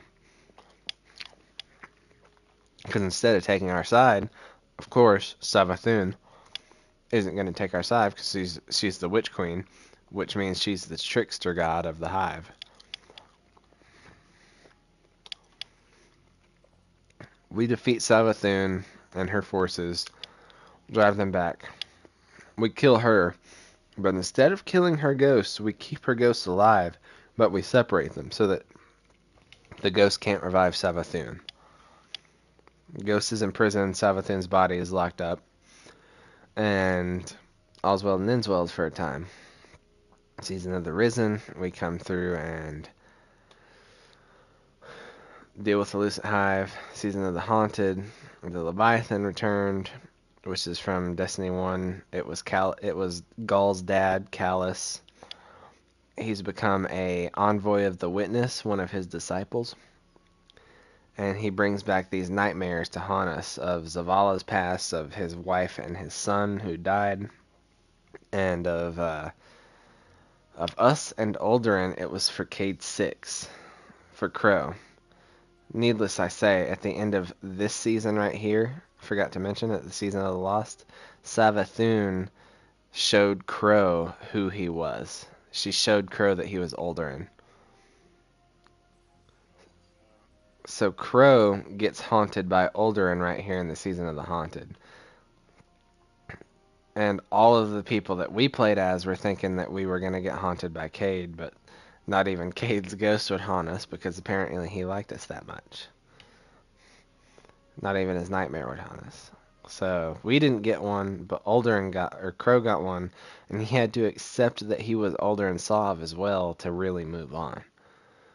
This is kind of the start of our journey with him into becoming friends, and it's pretty quick, but he becomes pretty much one of your partners and almost replaces Cade. Not quite there yet, but he probably will get there. This right here is where Aramis escapes. She was frozen on Europa since her defeat. Aramis had been mysteriously released from her icy shackles. We stopped her Fallen that were following her, but obviously it was the Witness's forces that set her free. So she gets away. Season of the Seraph. This leads into the Witness actually entering our solar system and getting to the planets that humanity once inhabited. And for the most part, still do inhabit. He comes to Neptune, looking for the pale heart of the traveler. That leads us in to Lightfall. The Witness has arrived, threatening the city, the traveler, and all of Sol.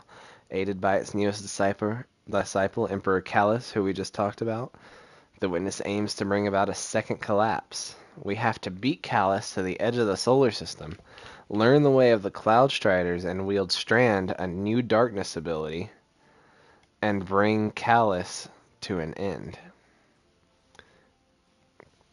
So we're trying to stop the Witness and Callus from getting their hands on the Pale Heart.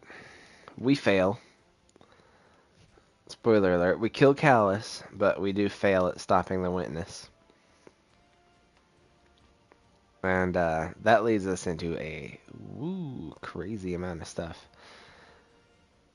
We master the powers of the Awoken, and tear through the Ascendant Plane, and save the Queen's... The Awoken Queen's... gosh, what's it called? We save her Techians, her witches and wizards. And after we save her witches and wizards, we move into the Season of the Deep. Saturn, one of our old friends, Sloane, is a Titan. She came back, and she lost her ghost, and she is being taken. Someone is taking her, like Oryx would take the others. So she's pretty much dying, and she's trying to get us to the information we need before she gets taken. Season of the Witch. Savathun gets revived so that Eris Morn can complete a ritual to become a hive god. Eris Morn completes the ritual by killing Savathun again. They revive her, kill her again, and she becomes the most powerful hive god who's ever existed. And Eris uses that power to dispel something that the witness gave. And the witness uses the pale heart to open up the traveler and enter. At this point, the witness is inside the traveler, tearing it apart from the inside. And in the season of the wish, we're trying to figure out how to follow it in there, because anyone who tries to go into the traveler just dies. Like, they can't do it.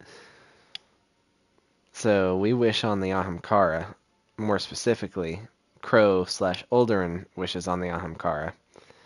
But when he makes the wish to enter the traveler, he thinks, what would Cade 6 do? And that revives Cade 6.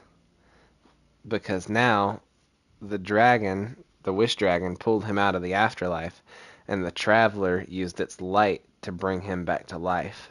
Because the traveler knew something that we didn't was going to happen in the story, which you've already seen. That leads us into the final shape. This is the end of the original Destiny storyline of Light versus Darkness. The witness is here. We're in a direct confrontation with him and his forces. We push his forces back and defeat the witness.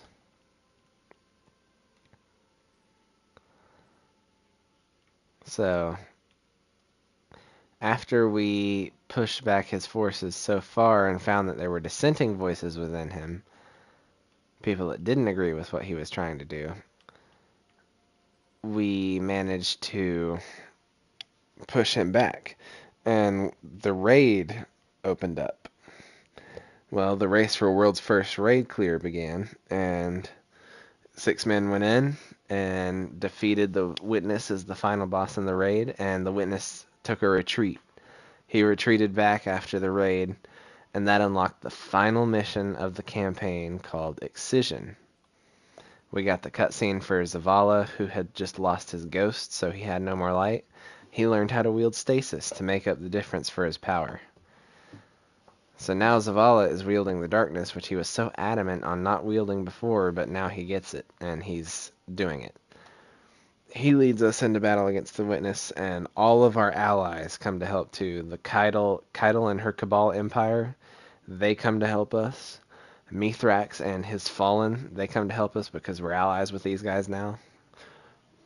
And we're all fighting against the witness. They open up the path for us Guardians, 12 of us, to go fight the witness head on and unmake him. We go fight him. Long story short, we come out on top, but it comes at the cost of our ghost, which, granted, you already know. It comes at the cost of our ghost, who dies, and we lose our light for a little bit. But Cade walks back in and says, he sure shined bright back there. And he put his hands on our ghost while we were holding him, begging the traveler to bring him back. We told the traveler it raised an army, can't it bring back one ghost? Cade, who was on borrowed time anyways, because the wish was time limited, the traveler gave him as much light as it could to sustain him for a while, but it couldn't be permanent because he was already dead. It's just the way it worked. He uses the last of the light that he has in his body to revive our ghost and give us our power back, and he does it. We were pretty sure that we would live, but we didn't. None of us really believed that they would kill Cade a second time. I did, but not a lot of people did. I guess they were just coping. They had a little bit of hope, there was a chance. They held on to it. But before Cade died, he made his peace with Crow, Olderin, and he named Crow the new Hunter Vanguard. in our stead so that we could go do what we needed to do to protect the solar system. But he also thinks that Crow actually did earn the place to be the Hunter Vanguard. So we go on this mission with him and Crow before he dies and in the Pale Heart, before we fight the Witness for the last time. And we get the Still Hunt sniper rifle I told you about, but it's me, it's your Guardian, Cade, and Crow, and it's kind of their little last hoorah together. They go and defeat some Scorn in the Pale Heart, and that's when Cade names him the new Hunter Vanguard, and he gives us the sniper rifle. And it was at this point when he named Crow the Hunter Vanguard that I was sure he was going to die again. Because I was like, if he was going to stick around, he would keep the Hunter Vanguard title.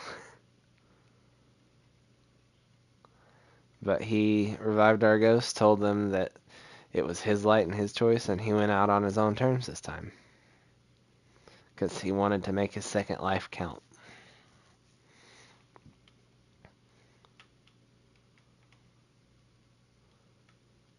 And now we're trying to clean up the Traveler and heal it so that we can expel the Witness's forces, since the Witness is dead.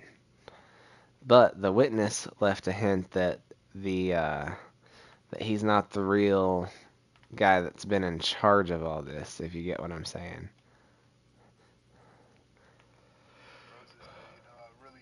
Really big lieutenant.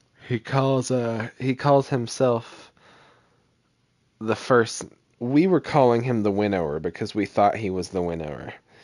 But he confirms that while we're fighting him, he goes, "You call us Winnower, but we are not. We are the first knife clutched in its palm."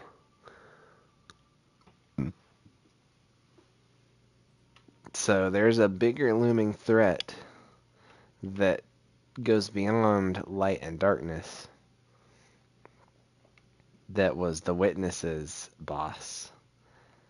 Which means that now that the Witness is gone and the story of Light and Dark is over, that we're going to get a new story leading up to a confrontation with the real architect of the collapse, the Winnower.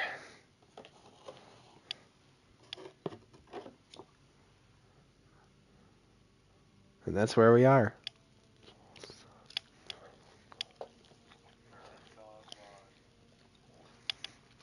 Indeed.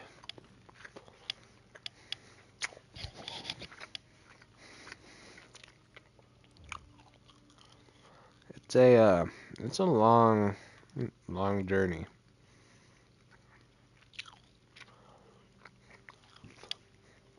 I mean, obviously it's been 12 years. And this game has gone on for so long that they have gotten rid of old content like the Red War, Curse of Osiris, and Warmind. You can't even play those anymore. They vaulted Forsaken. You can't play Forsaken anymore.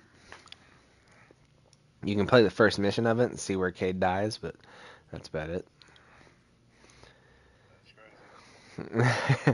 They wanted to give players a little bit of the experience that people had back then, but you can't even do anything like that with these. These two sucked. Like, this one sucked. It was terrible. Just as playing it and everything, it was just bad. This one was better. They had some more quests in this one that deepened the lore, but it wasn't really an A tier expansion or a B tier. It was C, but Osiris was definitely an F. You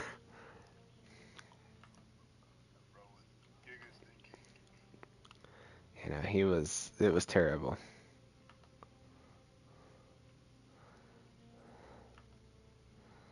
But yeah, these are the ones you can't play anymore.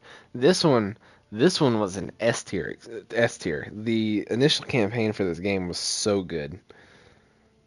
It was every bit as good as the expansions from the previous game. Especially, it wasn't like Taken King level, because Taken King was pretty much the best expansion in Destiny history, apart from the final shape now. But man, it was a... They did. they were kind of hammering the point home that the stakes were increasing in Destiny 2 as time went on.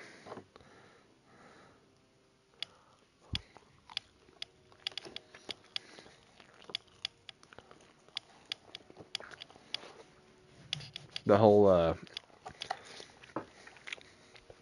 losing our light scenario, but you know.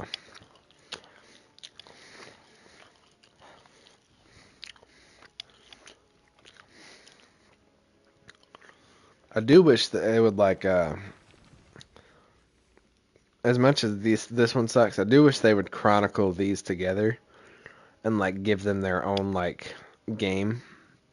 Because Assassin's Creed did something like that. They did Black Flag had like a separate game that was a part of it, and it was called Freedom Cry. It was about Adewale, one of Edward's crewmates. But I wish they would like chronicle these together so that people could buy it and go play it, you know? Same with Forsaken. I wish they could go buy it and play it. Forsaken could be a game all in its own, in all honesty. Yeah, what did they lower it for, like space reasons or like? Yeah, it was space reasons. It was space. This game would be over 250 gigabytes if it had all this still. Because this was an 80 gigabyte campaign. This was a 20 gigabyte campaign. This was a 40 gigabyte campaign. And then Forsaken was a 100 gigabyte campaign. And the game's already 160 gigabytes. With just Shadowkeep, Beyond Light, Witch Queen, Lightfall, and Final Shape.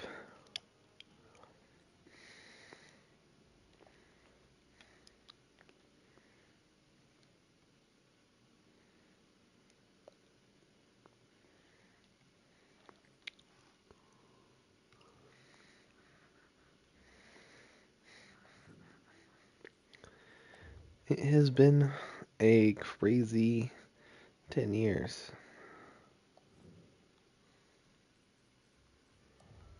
Yeah, well, the original Destiny being like 2012 or 2014 or so. 2013. But yeah. Had to go around it. Yeah, it was a. I've played since the Taken King released, which was like pretty much right at the drop for Taken King. I picked up the game.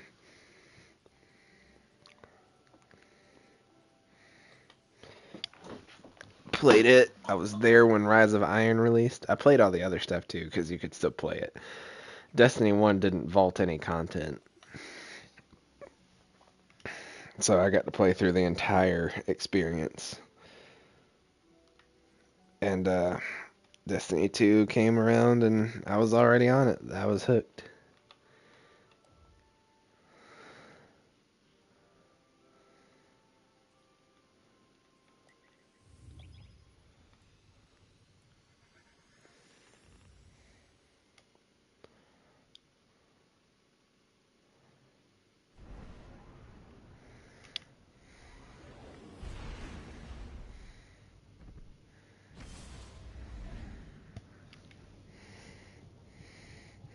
I'm just going to check out a little something on the moon and probably hop off.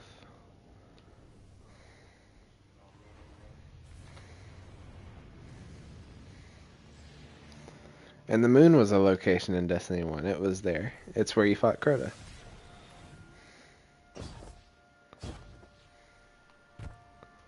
Plenty of people here. Are they all new? Oh, this guy's a rank 5. What brings you all this way, Guardian?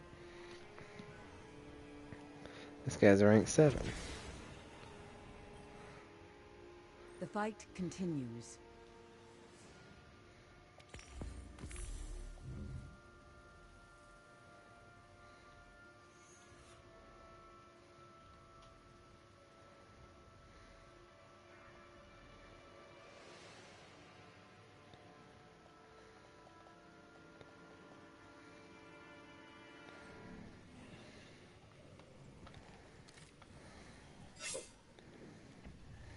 A hunter is near. I didn't hear you approach.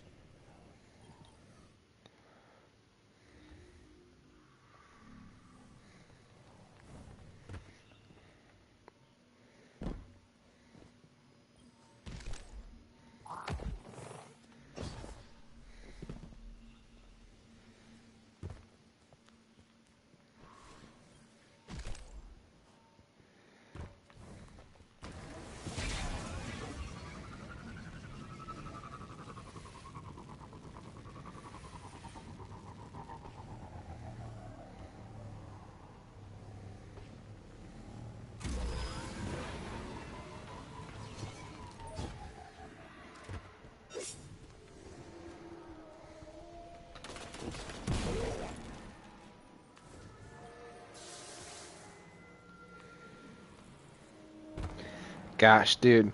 These helium coil things, there was an exotic sword in Destiny 1 I got called the Raise Lighter. You had to go open 1,000 of these, pretty much.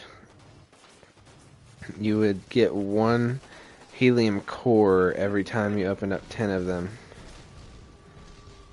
And after you finally got She it, gets me. Don't raise me again. Just let it be.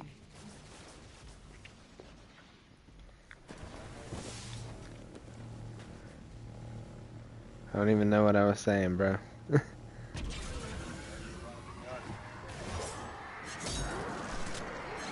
Oh, yeah. After you finally got the 10 helium cores, you would be able to craft a exotic sword called the Raise Lighter. But you only got one every, like, 10 or more that you opened. God, it took forever. I still want that sword back, bro. Shax was wearing it. It pisses me off to this day. I've heard about this sword. Yeah. People don't understand the amount of time that I put into getting that thing, bro. They just don't.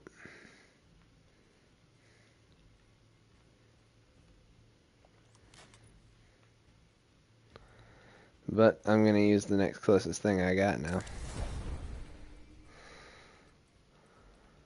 This one right here.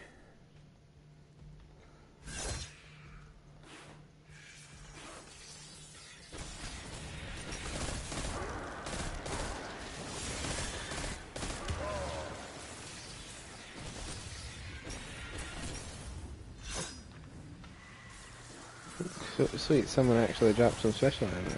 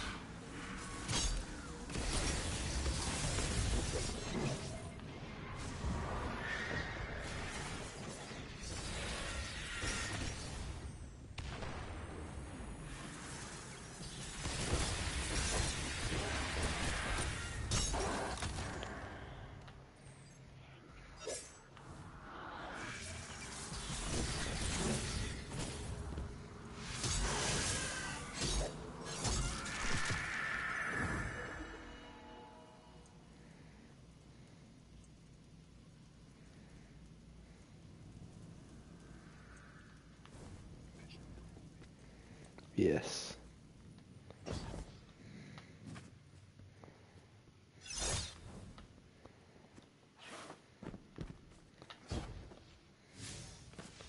There's like no one that drops special ammo, bro. I might have to go fill up right here so that I can really test this sword.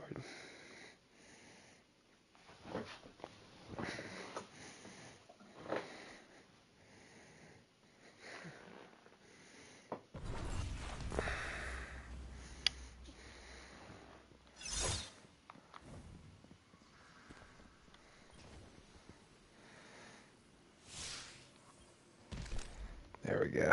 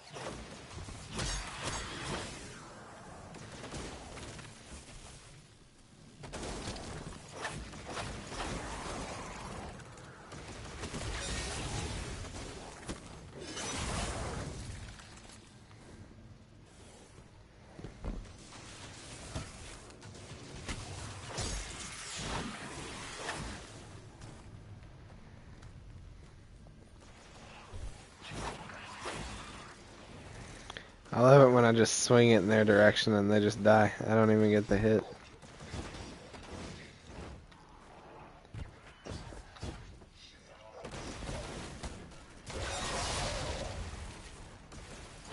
You have wandered far from one enemy's dreamland to another. Checking a grenade. Let's see if we get a kill. Nope.